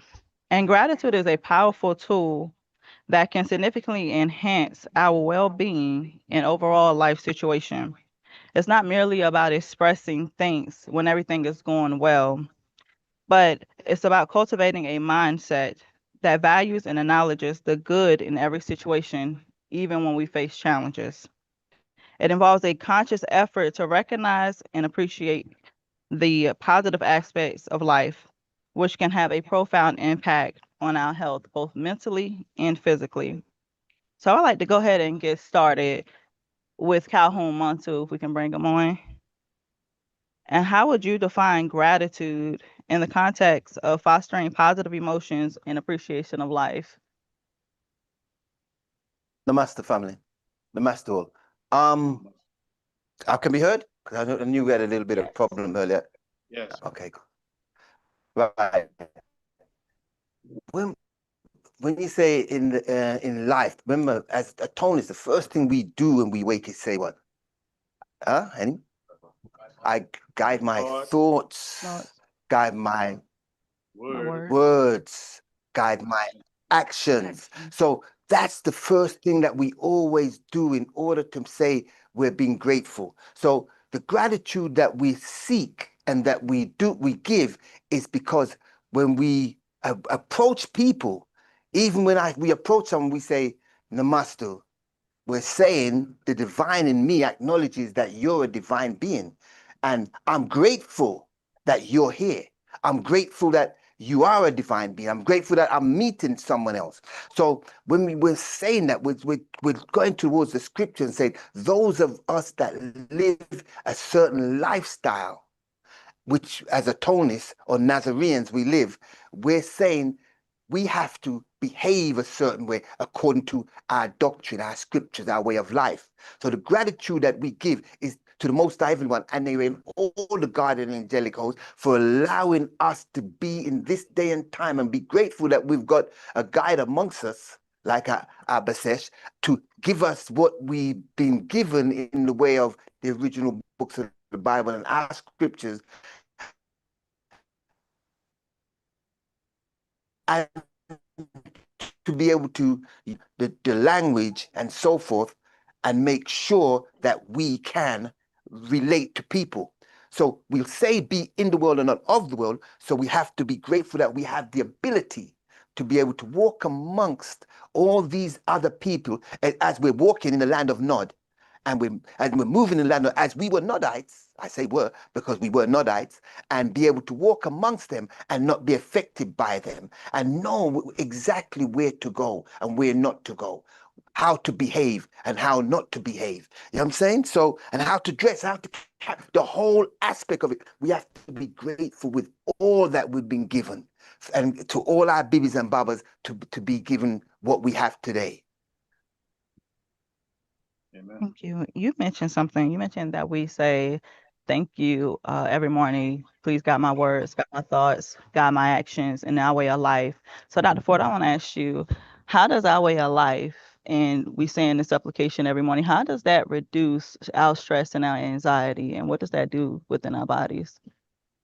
The great thing about I want to answer this, but I'm going to throw my question at the same time. I said I'm going to answer this and throw a monkey wrench in your question at the same time because you said our way of life. So one, our way of life prepares us, right, by helping us understand the biology of the body, right? To help us understand that the reward system, the limbic system, that in our brain, there's a prefrontal cortex. And this is one of the churches that we're teaching church. So our, Reverend Dr. R.E.V.A.M.P, he's constantly talking about, you got to understand the body, right? Because this houses your soul, this houses your spirit. And that prefrontal cortex, it has the ability, once you choose, right, to engage in these different practices to help calm the nervous system down, right? Because it's going to put you in a different state by introducing a new neurotransmitter, a new hormone, just through the ability of breathing and things like that. That's one, to answer your question. But two, you said about our way of life. Now, the great thing about where we are now and our way of life is that here at the, Holy Coptic Church, we understand universal laws, like the universal laws of duality and polarity. So we know that one thing can have two sides. Right. So in the spirit of gratitude that you described it, etymology means goodwill. That's great. But for the state of Black people, it's toxic gratitude. In the sense of they want us to be a grateful slave. Right? Right. They want us to be happy with the conditions that we're living in. And with the state that we're living in under racism, white supremacy. Okay. Right? Right. And so Black people, we've become kind of insincere. We say, oh, no, thank you. I'm really good. I'm satisfied. I'm really great. Yes, sir, boss. Good. Thank you for the job. Thank you for my house. Thank you. And that is one level, but we have to start being like, I'm not feeling grateful at all for my neighborhood looking like this. Or I'm not feeling grateful for the condition my family's in. Or I'm not really feeling grateful about my lack of choices at the supermarket or the clothes store, or my food options, or my job options, or my school options. That's a reality. Right. So my way of life, our way of life, helps us to look at the reality of when we're talking about gratitude, what are you grateful for and who are you applying it to? If you are applying it to the wrong people, I'm grateful for Francis West Wilson. I'm grateful for the Holy Coptic Church. Right. I'm grateful for those melanated people that have either given birth to me or who walk in this day and time on this path of liberation. That's one. But I'm not grateful for the European because I don't know what the Rome has done for me. That's right. And that's real. I like that. All right, so we bring Calhoun Uncle. So Dr. Ford said something, she said quite a bit, but she also brought in about how we have this toxic gratitude, you called it. I never even heard of that, and I like that. So I want you to help us further go into that concept further, the toxic gratitude. How do we pull people in that's not necessarily in our way of life into this? How can we, Calhoun Mantu mentioned that we have to be relatable as well. I want to tie these two concepts together. Can you pull that in for me? Sure. Toxic gratitude. Imagine a people who have all of the resources that they need under their feet, but they don't necessarily use those resources. Someone else comes in, takes those resources, utilizes those resources or they refine them and they create products, and then they sell it to you at a discount. They literally sell you something that you already had. But you're grateful because they didn't have to give us a discount. They could have sold it to us at full price. Or you could have used the resources yourself and you could have done exactly what those people did and created exactly what they created or something better. And you could have been the one selling the product. So oftentimes in the personalities that have been Dr. Amos Wilson, he talks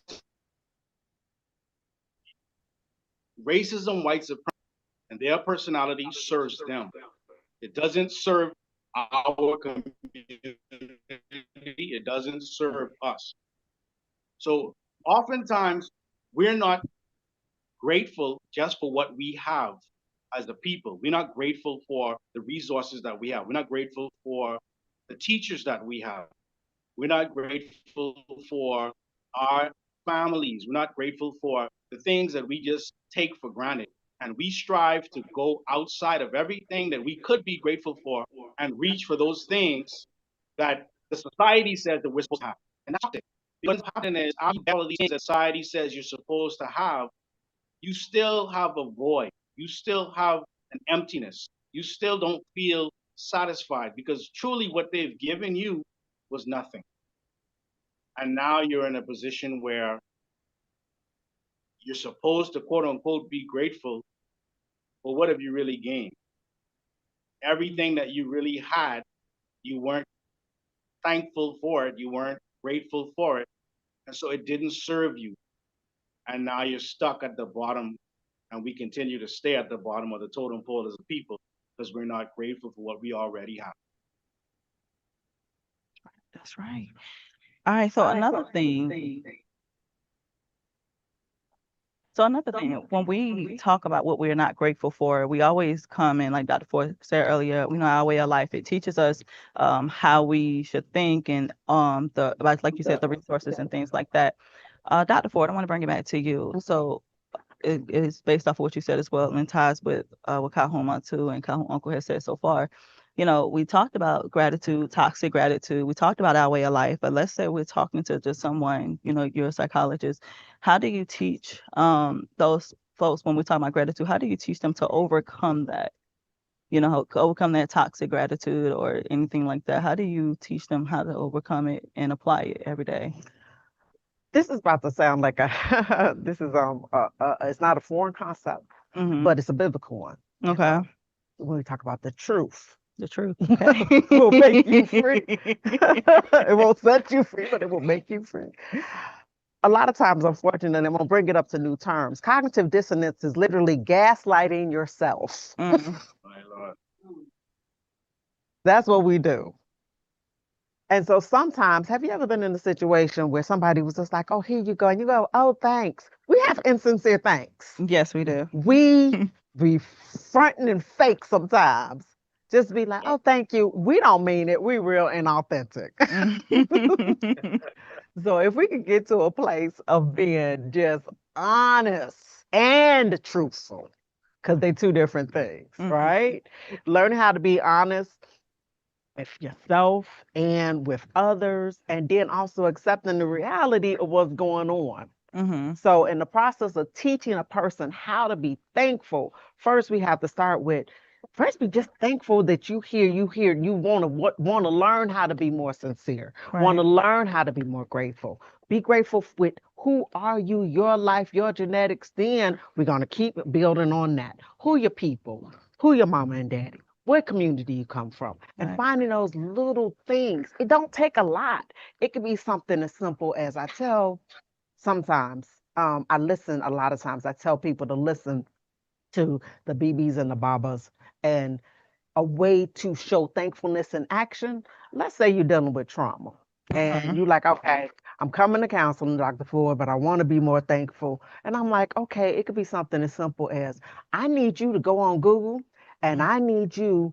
to type in what foods would be beneficial for me to heal trauma. What foods would be beneficial for me to heal anxiety? What foods would be beneficial for me to heal depression? And then actually purchase those foods and eat them. Okay. And just thank you for the food. Let's start there. Okay. Nice and simple. Nice and simple. I like that. So in doing so, we research it, we say apply it, and part of gratitude, what they teach us sometimes is doing something as simple as just writing in your journal or taking a moment to yourself to say, hey, I'm grateful for being able to have the ability to research. That wasn't always around where we can just have research at the tip of our fingers. We can research anything. So Kahoma too, I want to know, how do we allow ourselves a moment? We have all this negativity around. We're fighting for our liberation. We're doing so much, but how do we allow ourselves a moment to actually enjoy that one moment of gratitude? Whether it's something, hey, I found a good parking spot, or I got up here and I taught for the first time. I did it. No matter what that gratitude looks like for anyone, how do we allow ourselves that kind of moment? Like the sister just said, we've got to also analyze ourselves. So if we're looking at ourselves and we say, well, okay, first thing is, do I deserve this? And that's what we look at. We will, a lot of time we don't believe we really deserve what we get. So, and then when we get things, we don't even appreciate when we get them. You get what I'm saying? So first you got to understand, say, I worked for this. I got this. I got the chance to be able to teach, and I took the time to study. I'm grateful. I said it earlier that somebody came or beings came before me and impart their knowledge in me. I'm also grateful, and I'm always going to say this to the Most High everyone for allowing me to be able to be the way I am today. Because with everything that's going on this planet, all the different diseases, illnesses, bacteria, all that's happening, all the distractions that's taking place on the planet, it's easy for us to forget that we lived another day. We survived another day. So we're saying is, I'm saying in the sense that you just appreciate that the knowledge that you've been taught for you to allow you to be able to do the things that you're doing, and give thanks that you have the ability to do the things you're doing. There's a lot of people out there that don't have that ability. There's a lot of people that were doing things and they can't do them anymore. As speaking as a person that's getting on in age a little bit, right?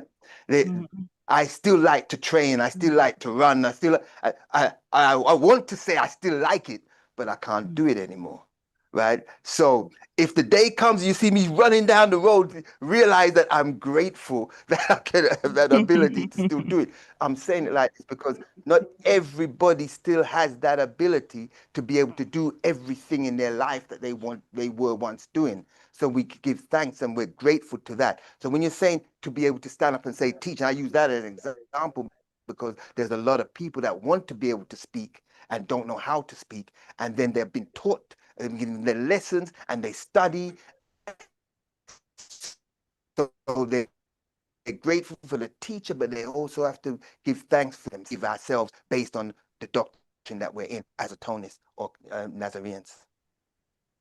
That's right. So you mentioned that, you like to train. You like to train, you like to do things like that. And that, of course, requires discipline. Of course. And you talked about how we have to, when you're a teacher, we're going to use that example again, you have to have the discipline to study in order to come up and be able to teach or speak. So Kahomantu, how do we balance self-control and self-discipline to do that with gratitude in mind, of course? Okay. When we're saying how do we do this, discipline is, for instance, we're fasting now. This requires discipline. There's many people have come to me already and said, I broke my fast early, and I didn't mean to break my fast. And I'm looking at them thinking that, and I'm really tempted to say, how dare you, right? But I don't. I mean, the temptation is there though, right? But the fact that they felt that they needed to speak that, it's them saying, well, I'm going to tell you because I'm going to do better. So it's the exercise of pushing yourself, being able to say, I'm going to monitor myself because no one else can monitor me. That takes discipline. So the time Basesh said a while ago, read 1 page a day, read 2. There was a young lady that I knew and I used to say to her, read 2 pages every day. And she would say, I can't read 2 pages. I can't read 2 pages. Now she's teaching and she's reading a book and she's reading chapters. But before, she was convincing me and herself that she couldn't do it. But by saying you focus in the mind, and this happens through a form of meditation. The meditation is not just people think you sit there and you, and that's no. You can meditate whilst you're moving. They call it meditation in motion. So as you're moving and you're thinking, you're putting yourself in a place where you say, well, I'm going to achieve, I'm going to do, and you start to practice these things and you make them, you set grooves in life. I've always said you set grooves like a record player. You set that groove and you change the groove of undisciplined mind to a disciplined mind. You change that groove by moving things by 1 degree. 1 degree. I'm going to do this today. I'm going to do that tomorrow. And you move, and then eventually it becomes the norm. And as it becomes the norm, what is normal to you, when you look back in a year's time, you realize where you were to where you are. So you've got to always check yourself, write things down if you need be, and see where you were, how you were, what you did to what you have the ability to do. The same way if you was exercising, you'd be checking the weights and how many reps you could do, how fast you could do it, how much faster you're going. You do the same thing as you study. How much time do I put into the studying? How much did I remember? If I'm teaching helps you to remember. Propagating helps you to remember. Talking what you learn helps you to remember. Everything that we do like this helps you to remember. So when people are listening back to these recordings, play them over and over again. They will help you to remember. All right. That's perfect. All right. So Calhoun Uncle, Calhoun Montu just spoke on some great things, and one of the things he was talking about put me in the mindset of being mindful and mindfulness. I would like you to speak on how can mindfulness contribute to reducing stress and anxiety. So the idea of mindfulness is related to narrowing the scope, right? There are times when you're outside and you see everything, the trees, you see the cars going by, you see, a piece of paper in the street. And then then you become mindful of the butterfly that is going from flower to flower, or is just flying around, right? You may see the bee going from flower to flower. You may listen to the bird amidst all of the noise that you're hearing. You start hearing this bird chirping, right? And so you've narrowed the scope. You've become mindful of a reality that always exists, but you're now training the mind to pay attention to that which is usually around you, but you don't often pay attention to it, right? Let me say it another way. One of my favorite hip hop groups is the Dungeon Family, right? Outkast, Goody Mob, right? Um, and in the 90s and the 2000s, I had the time to spend time with some of them and even work with one of them, right? And I remember reading the credits. Outkast, their last album, I was reading the credits. And one of the members of Goody Mob, his name is Cujo Goody.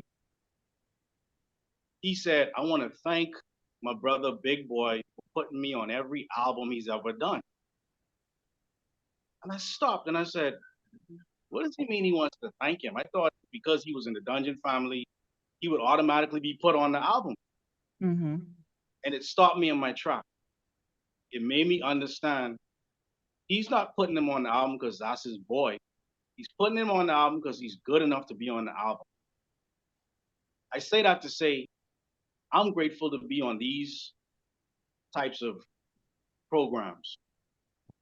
I remember in my mindfulness, I remember being in the audience and seeing Rev. Dr. R.E.V.A.M.P teach for the first time. I remember being in awe of how he could answer questions so effortlessly. And I just wanted to speak to him.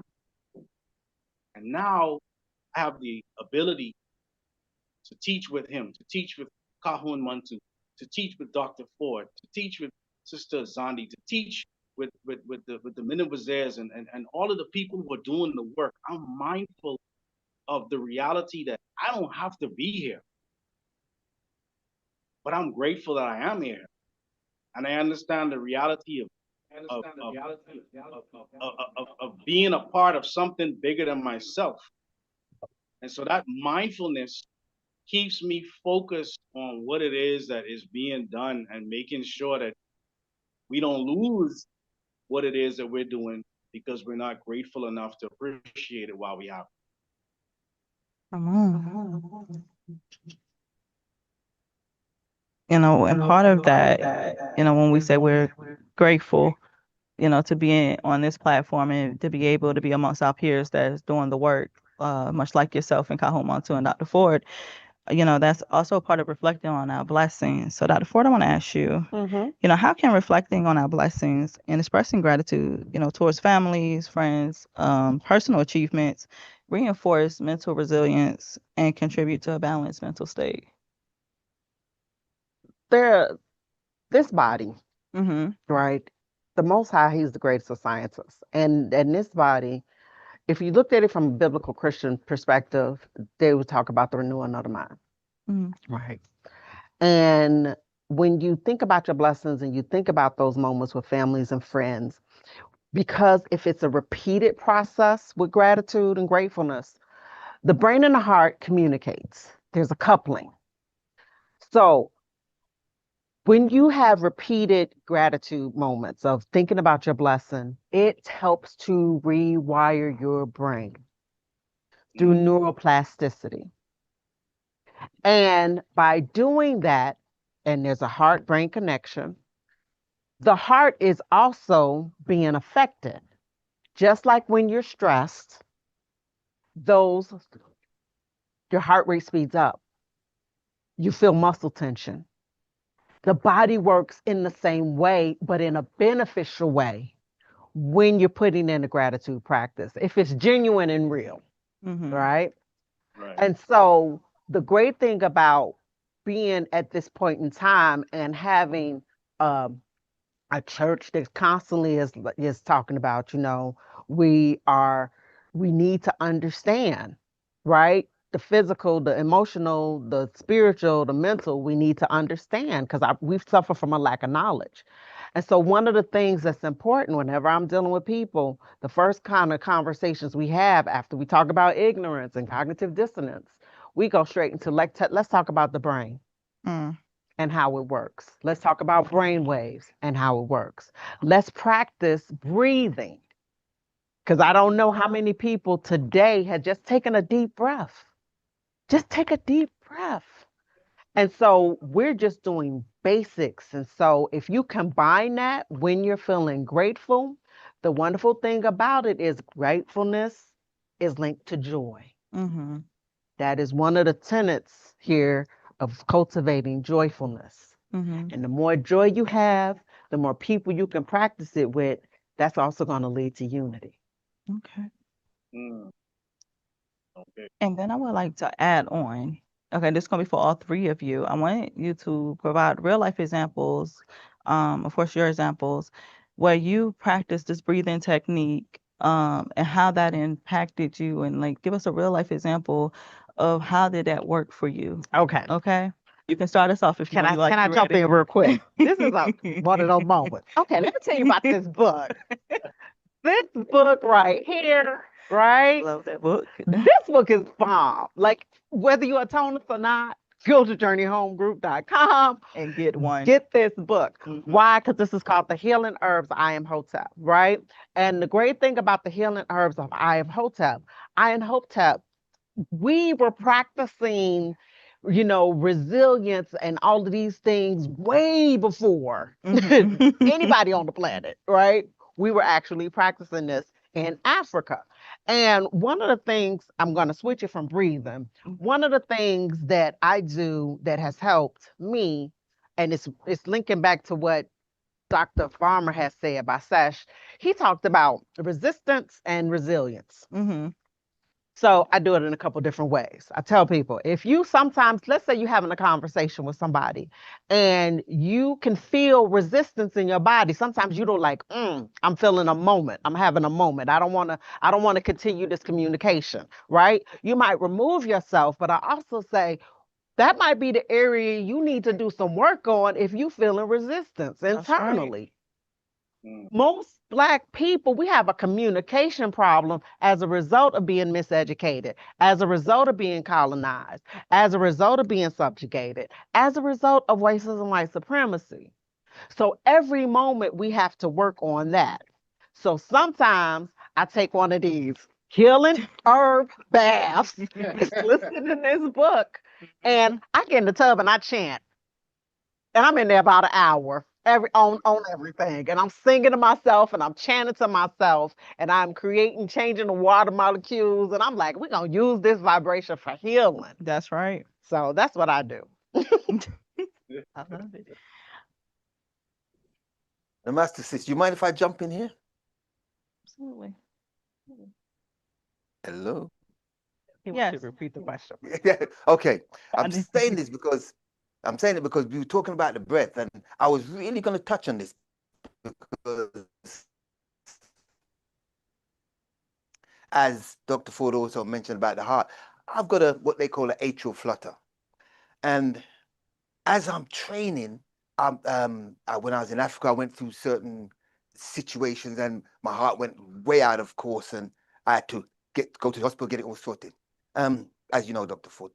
And now I do martial arts as well, and I'm with my teacher, and what he's got me doing is breathing correctly all the time.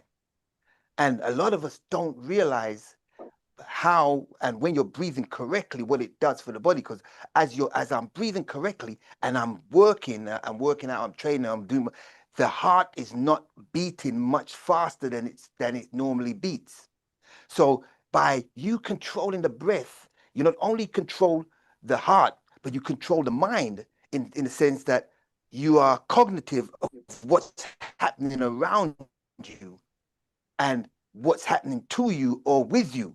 So this breathing thing that we take for granted, and most of us go, because when you see someone training it and they're out of breath, they're just using the top part of their lungs. They're not using the whole of their lungs. We know this. It's in the book.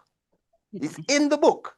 But we don't read the book or practice the book. So now by practicing this, and the thing about it is, it's hard to keep doing. It really is, because you've trained yourself to breathe wrongly, every one of us.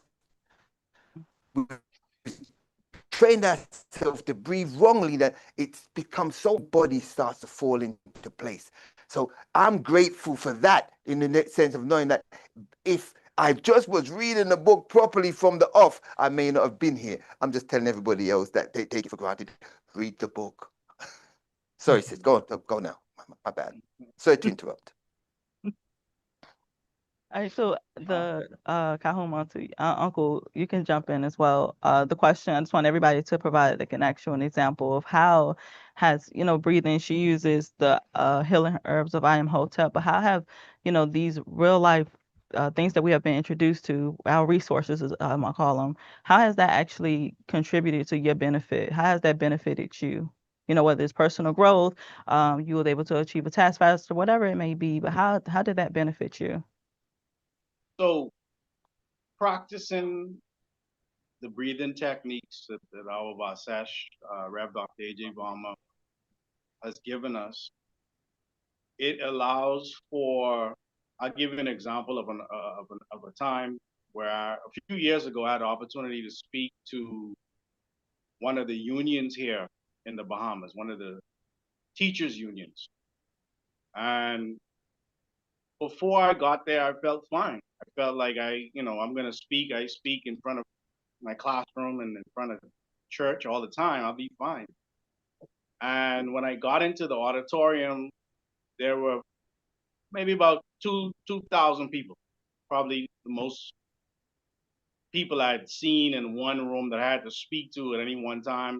There was a government minister there that I was sitting on the side of, and I began to feel my heart race like I had never felt it race before. It was the weirdest feeling in the world because technically, if you had asked me, I didn't feel nervous, but my body was nervous. And I literally in that moment, I had to resort to what I had learned by way of atonism. I had to, I don't know if they could see me doing it, but I had to literally, as Kahan Mantu just said, remember how to breathe. Remember how to take control of my breath so that I could deliver this message that I had planned for these people. Once, of course, I began to speak and I calmed down, everything worked out. But I had to go home and reflect on that moment because I had never experienced that type of nervous energy before. But thankfully, because of the breathing techniques that I had done before, I was able to quickly kick in and calm down and be able to deliver on what I had promised to deliver. So these breathing techniques are real and they come in handy when you least expect. And so when we all got together and we just did this collective telling us our examples real life, I did that for the purpose of showing everyone that we all can come together and we all share the same similar experiences. And Dr. Amos Wilson, he often emphasized the importance of communities and that it needs to be strong. That gratitude is not just something that you do individually, but it's something that we can do as a collective. He talks about how gratitude within the community, it can strengthen bonds, support one another, and we can work collectively toward the shared goals or multiple goals. So I would like any one of you can jump in and speak on this and how can fostering gratitude within a community that we have here and that we're going to continue to grow, how does that strengthen bonds and support others? Anyone take the mic. Okay. She like anybody take the mic. Anybody take the mic. Okay, I'm gonna jump in really quickly and look at it from a group or a collective moment, right? Right. It's similar to when you go to a workout class and everybody's in that workout class, right? And you have like a beginning, middle, and end, right? And during that beginning and middle of end of that workout class, there are different biologic changes. All right. Right. And so that's how the hormones work, right? Where, you have dopamine, you have serotonin. And when you are working with people and you are all on the same vibe, right? Right. There is a synergy That's it. that kind of happens. Like syncing up, women know this in workout classes, right? Where you kind of start, and I don't know, there's this is sister that I know. She watched this sister called Kiara Lachey. She be having me up there when I had a really great foot. And we would just be in sync. And so one of the great things about this whole process is when we do it as a collective, we hold each other accountable. Okay. We help each other with our intentions to be there, our intentions to help each other, our intentions to support each other. So we want to go ahead and get that brain synchronization going and move as a collective, as a group. And that's a really great benefit. But I think as Black people who have been disconnected from that, we need to do that more often. Amen. Amen. I did say I was going to jump in, but it's okay. Because the reason why I'm saying it, because as a Kanisa, we tend to say we're reaching out to help people. And when we help other organizations, that's building within the community. It also unites the front that you people are working together, brothers and sisters working together, like Sister said, on one vibe. We know what we're going to do. For instance, we're doing the Just Walk. We're raising funds for sickle cell cause, and they're going to come and walk with us. And people are coming to walk with us, and we're all walking. And that creates a vibe as you're all having a joyful day, knowing as well that you're creating funds in order to help your own. Because we too long have we been always with this toxic gratitude, waiting on someone else to help us, and being grateful. I'm going back to that toxic gratitude, being grateful for the handout that they give us in order to keep us in line. So we've got to break that and start making sure that we're doing for self, we're doing for each other. And that work that we do as a Kanisa is making the difference, in the sense of we go out there, we help the sister groups, we raise funds, we go do the food raising as well. We'll give out food for people. All these different things allow them to see who we are and allow us to make sure that we're working as one force, and that force reaches out there and they feel that energy, and that makes them also realize that we can help each other, and we don't need to always be dependent on handout from someone else and being grateful. Oh, thank you, Massa. Thank you, Massa, for giving me this. No, we can do what we have to do for each other. Yeah, I think too we have to always be mindful of just within our respective kanisas, just gathering amongst ourselves. You know what I mean? Like not taking Sundays for granted, right? Not taking a Shabbat meal or a Feast of Men or any one of these programs or events that we have on a monthly basis. There's a saying within atonism that teaches us that miracles happen at festivals, at feasts, at dinners. When we come together to eat, that's when the miracles can happen, because that's when we begin to communicate. That's when we can build trust. Now, let me tell you what I mean by build trust. If Dr. Ford say, I'm bringing the fried fish, and she bring the fried fish, guess what? I begin to trust her. You understand what I'm saying? If Cajon Mantu is supposed to bring the rice, and he brings the rice every week, then guess what? We may laugh at it, but it helps to build a level of trust amongst each other on a weekly basis, or however often we get to do it, because that person said they were going to do something, and they actually did it. You understand what I'm saying? And so the more we do that amongst ourselves, that's how we build this force that other people want to become a part of. Right? They will know that we are true Christians, true Christians, by our love and by us coming together and building this momentum, this gratitude, which this word gratitude also it means favor as well, right? When we come together and we are grateful for each other, and we're grateful for the opportunities that we have to come together and to build, that becomes contagious. People want to become a part of that. People want to know, what is it about you all? You always want to be around each other. You got to go meet again. You're going to eat again. You understand? They try to, and I understand it, we've seen it in the world amongst gangs. We've seen it in the world amongst fraternities and sororities. We have the same opportunity as the Holy Coptic Church of the Black Messiah to build the same energy of gratitude, the same momentum of togetherness that can become contagious and help us to build this great Kanisa on this planet. Okay.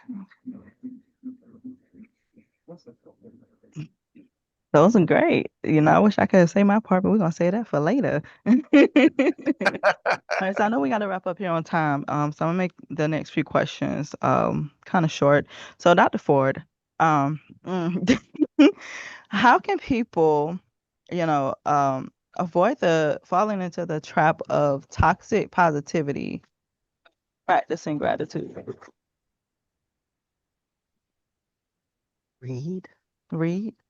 That's it. We got to start reading again. Open a book. Like, we got to read. Right. And we got to really understand what racism, white supremacy is. Right? That's one. Okay. One thing. And then not just read it, apply what you know. So, for example, you're a mother. Yes. Right? And you have children.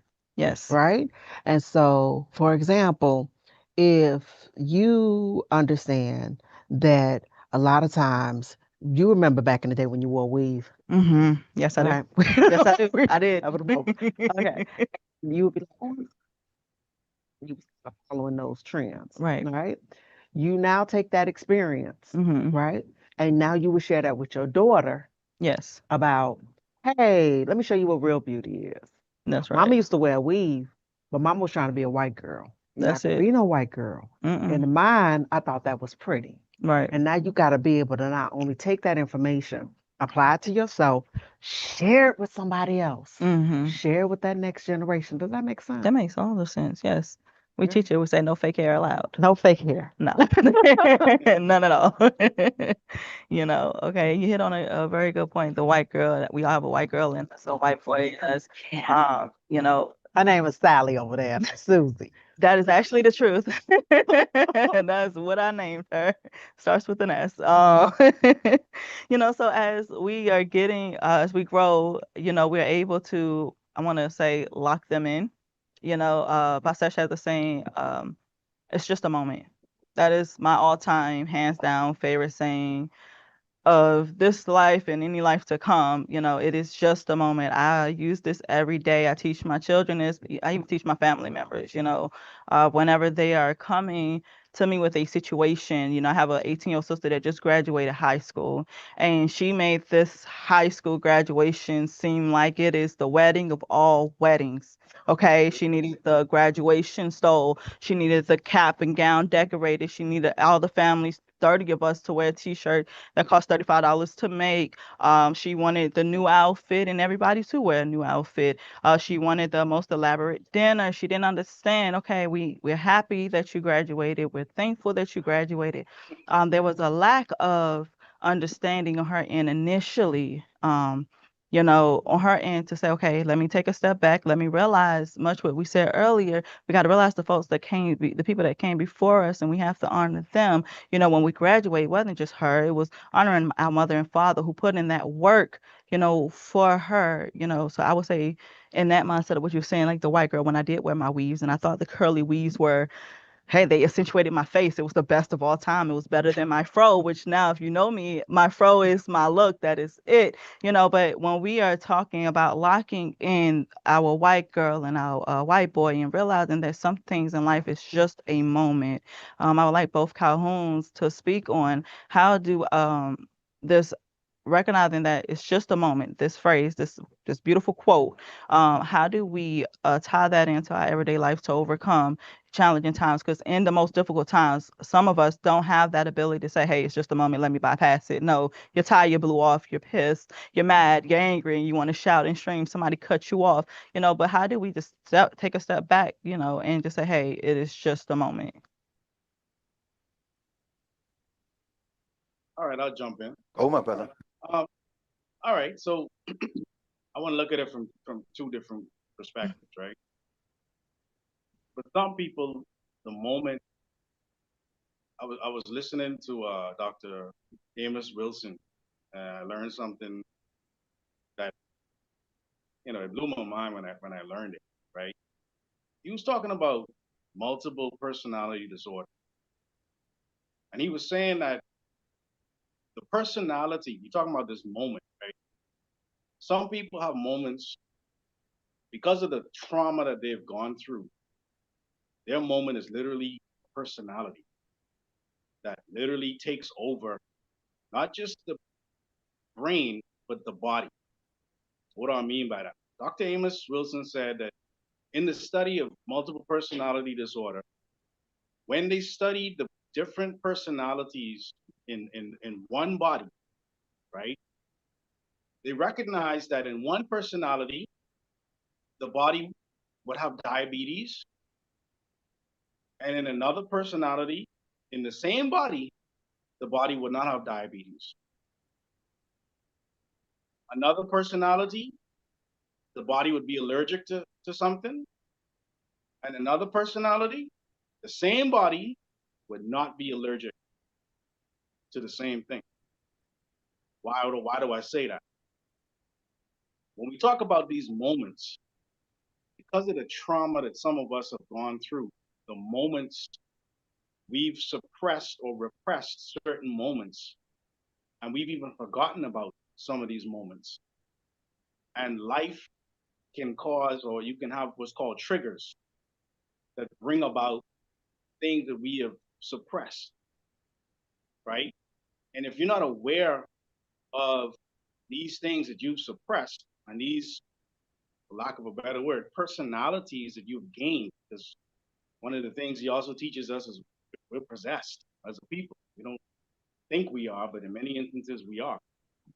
And if we're not aware of what has happened to us and how certain personalities have embedded themselves into our psyche, then it's not so easy to get over these moments as we may want to get over these moments, right? This is why you gotta have the healing herbs of Imhotep. You gotta have a system that allows for you to have these kinds of conversations, that allows for us to do that inner work that we were talking about in the last segment, right? You gotta have a template, right? Our template is the Nazarene, a Sardo, and a Set. These people who were self-sacrificing, these people who were giving, these people who took the time to help a people and create something that was bigger than themselves, right? When we begin to do that and we begin to heal and we begin to take on a new consciousness, a new personality, a new spirit of truth, right? That is what allows for us to ultimately experience a moment of dissatisfaction, experience a moment of sadness or happiness, and recognize that, hey, that was just a moment. I don't have to make that my day. I don't have to take, I don't, good or bad, because sometimes we can have a good moment, and when you're doing a test and you get the first 3 questions right, and you think, I'm killing it, and then you realize you got like 3 out of 10, right? Or the other way around. You could get the first 3 questions wrong and then realize, oh wow, I got the rest of them right. But life is the same way, right? We got to recognize that there's a bigger picture, and gratitude allows for us to have the mindfulness and to have appreciative scope of what's going on, so that we can recognize a moment from something that may be a little bit more serious, like a personality that we got to deal with. So I pray that answers your question. Yes. Something I saw online. They took fleas. They put fleas in a jar. And the fleas could jump out the jar, but they put the lid on the top of the jar. And they left the fleas in the jar for 3 days. When they took the top off the lid of the jar, no flea jumped higher than the jar. Wow. Even their offspring didn't jump higher than the jar. Mm. Why am I saying this? Because some of the traumas that we get is not even ours, that we personally experienced. And as we were taught, those 16 personalities that come within us, that trauma can come out of you. So sometimes that moment that you get and you're not aware of, that was one of your ancestors popping up. So we've got to be aware of when these things happen. And as we were taught by Dr. R.E.V.A.M.P, my brother, he made it clear, we've got to label these. When you see them, you got to label them, so that when they show their head, you can say, I see you coming. I see you coming. I see you're going to get me into trouble. Let me stick a pin right there. You know me, I might stick a pin already. All right? Let me stick a pin right there, right? And stop it. Because I can see that you're going to make me get myself in trouble by seeing something and I shouldn't touch that, I shouldn't touch and touch it, or by acting a way that I shouldn't behave. So these moments that we get, they're moments that can benefit you as well, because those are the flash. There can be that moment of brilliance that you saw. So you've got to be able to recognize the moments and see whether they are moments that I need to be grateful for or moments that I need to be ungrateful for, and mark them and prepare yourself that you can go forward and be creative in your life and understand that, like my brother just said a while ago, that this could be conflicting and causing you issues. Know them, mark them, name them. Amen. That's right.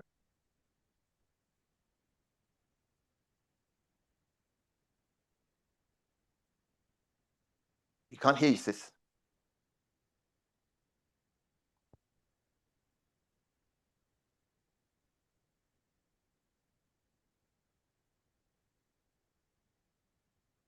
Can you hear me now? Yes, we can. Yeah, perfect. So we have one question each left for you. And I'm going to start with you, Dr. Ford. Okay. Okay, it's going to be a similar concept for everyone, but I want you to give us one tool for reflecting on your blessings and focusing on the balance and beneficial. Okay, just one tool for each of those that can help us going forward. One tool for focusing on the blessings Mhm. and the And balance. focusing on the balance and beneficial, like training your mind to notice the good aspects of your life. Okay. Yes. Yes. The one thing about the Holy Catholic Church of Black Messiah, right? Mhm. This place has changed my life. I agree. It has given me a sense of purpose. It has given me opportunity. It has given me a moment to be part of something that's bigger than me. Mm-hmm.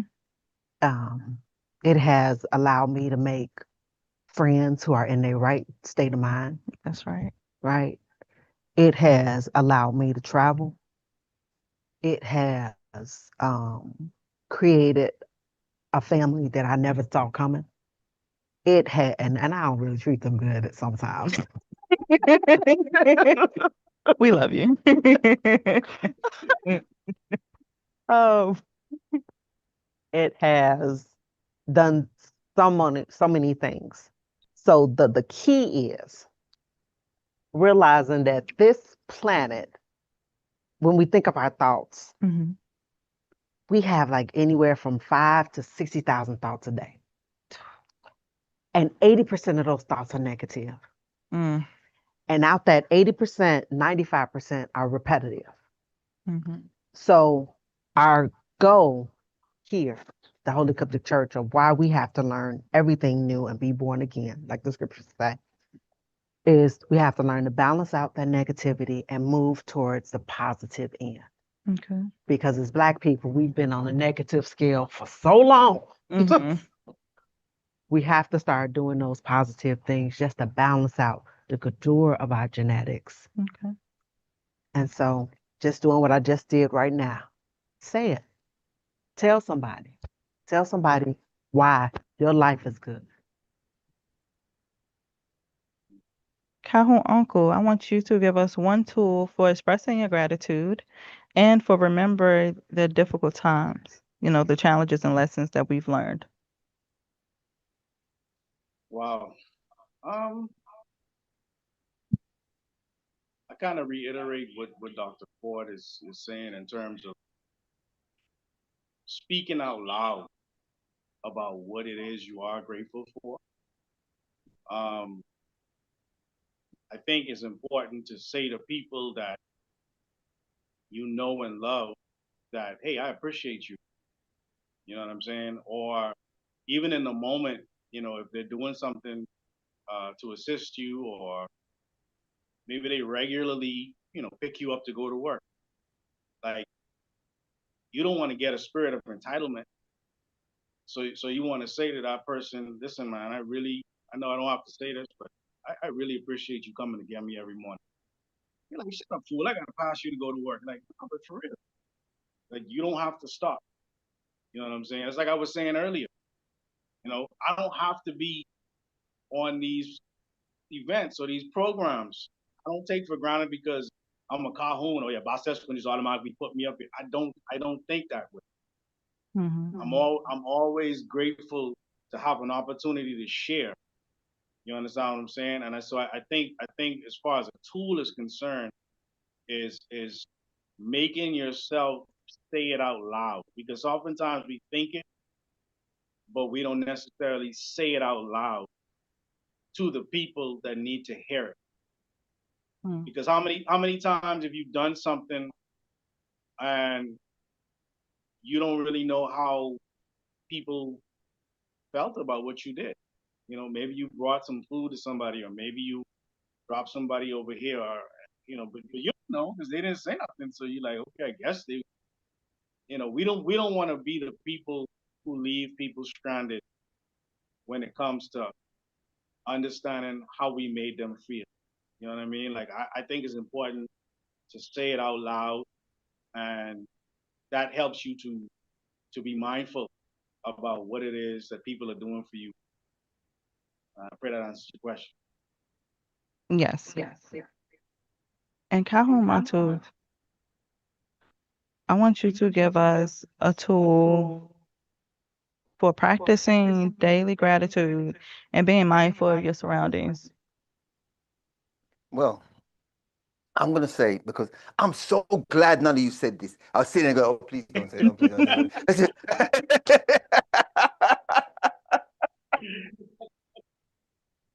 it. But the original books of the Bible, our scripture, if we just take the time and read a page or two every day, right? Yeah. Within this, you'll see lives of people of the past, which are really what's happening in the present.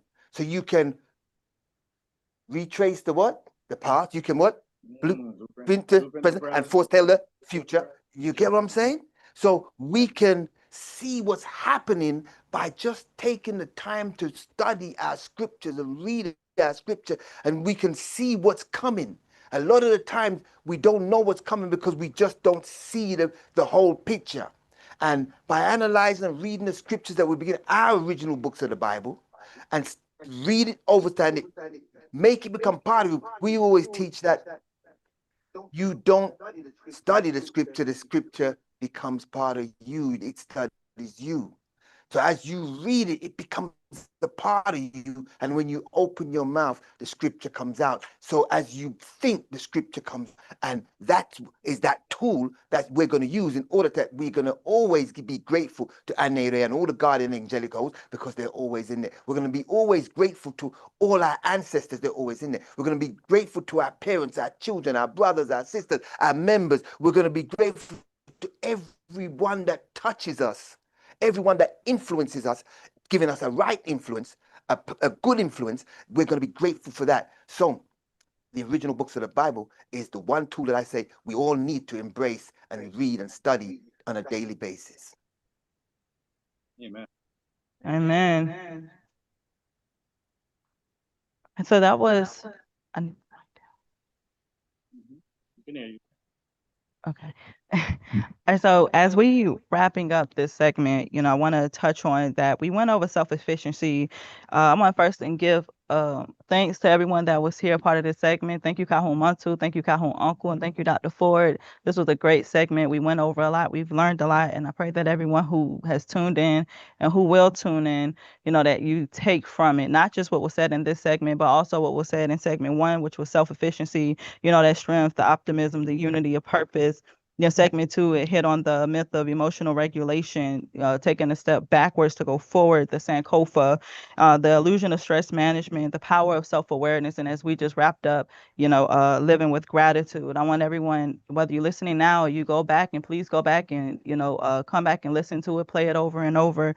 Much like what Dr. Varma said earlier today, let this be your medicine. You cannot expect it to take root in you today if you only listen to it once. You have to come back and you have to follow the instructions, do it constantly. Through repetition, it will come to you.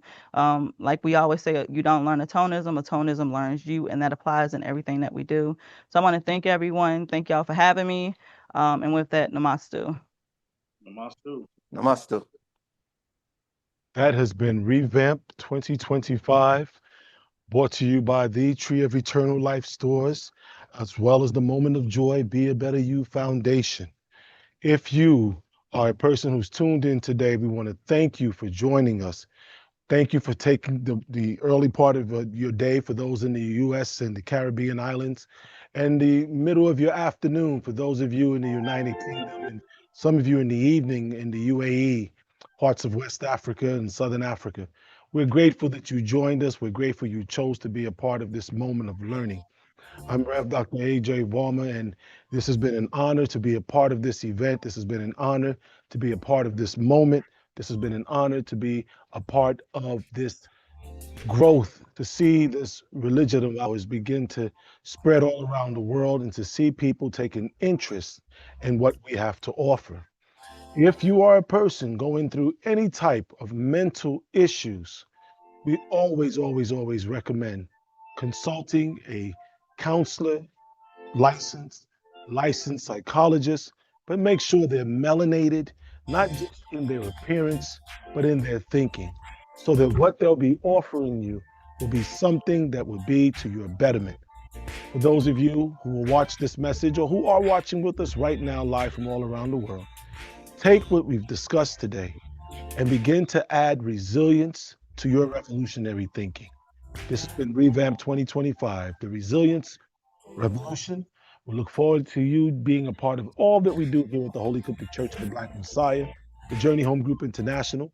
We look forward to you participating with us in our Sunday services that take place every Sunday morning in the local time of GMT in the United Kingdom, beginning at 10 a.m., as well as in the Caribbean island of the Nassau, Bahamas at 10 a.m., their local time, in these United States in Greenville, South Carolina, beginning at 9 a.m. We pray that you continue to support this ministry. You can go to PayPal, Zelle, you can go to Munzo, you can go to Cash App, and you can always donate and be a part of contributing to what we're doing. We'll see you again at the next event. For the Moment of Joy, Be a Better You Foundation, our philanthropic arm, go to www.moj-baby so you can find out what more you can do. Again, that's mojbaby.com. See you soon. Namastu.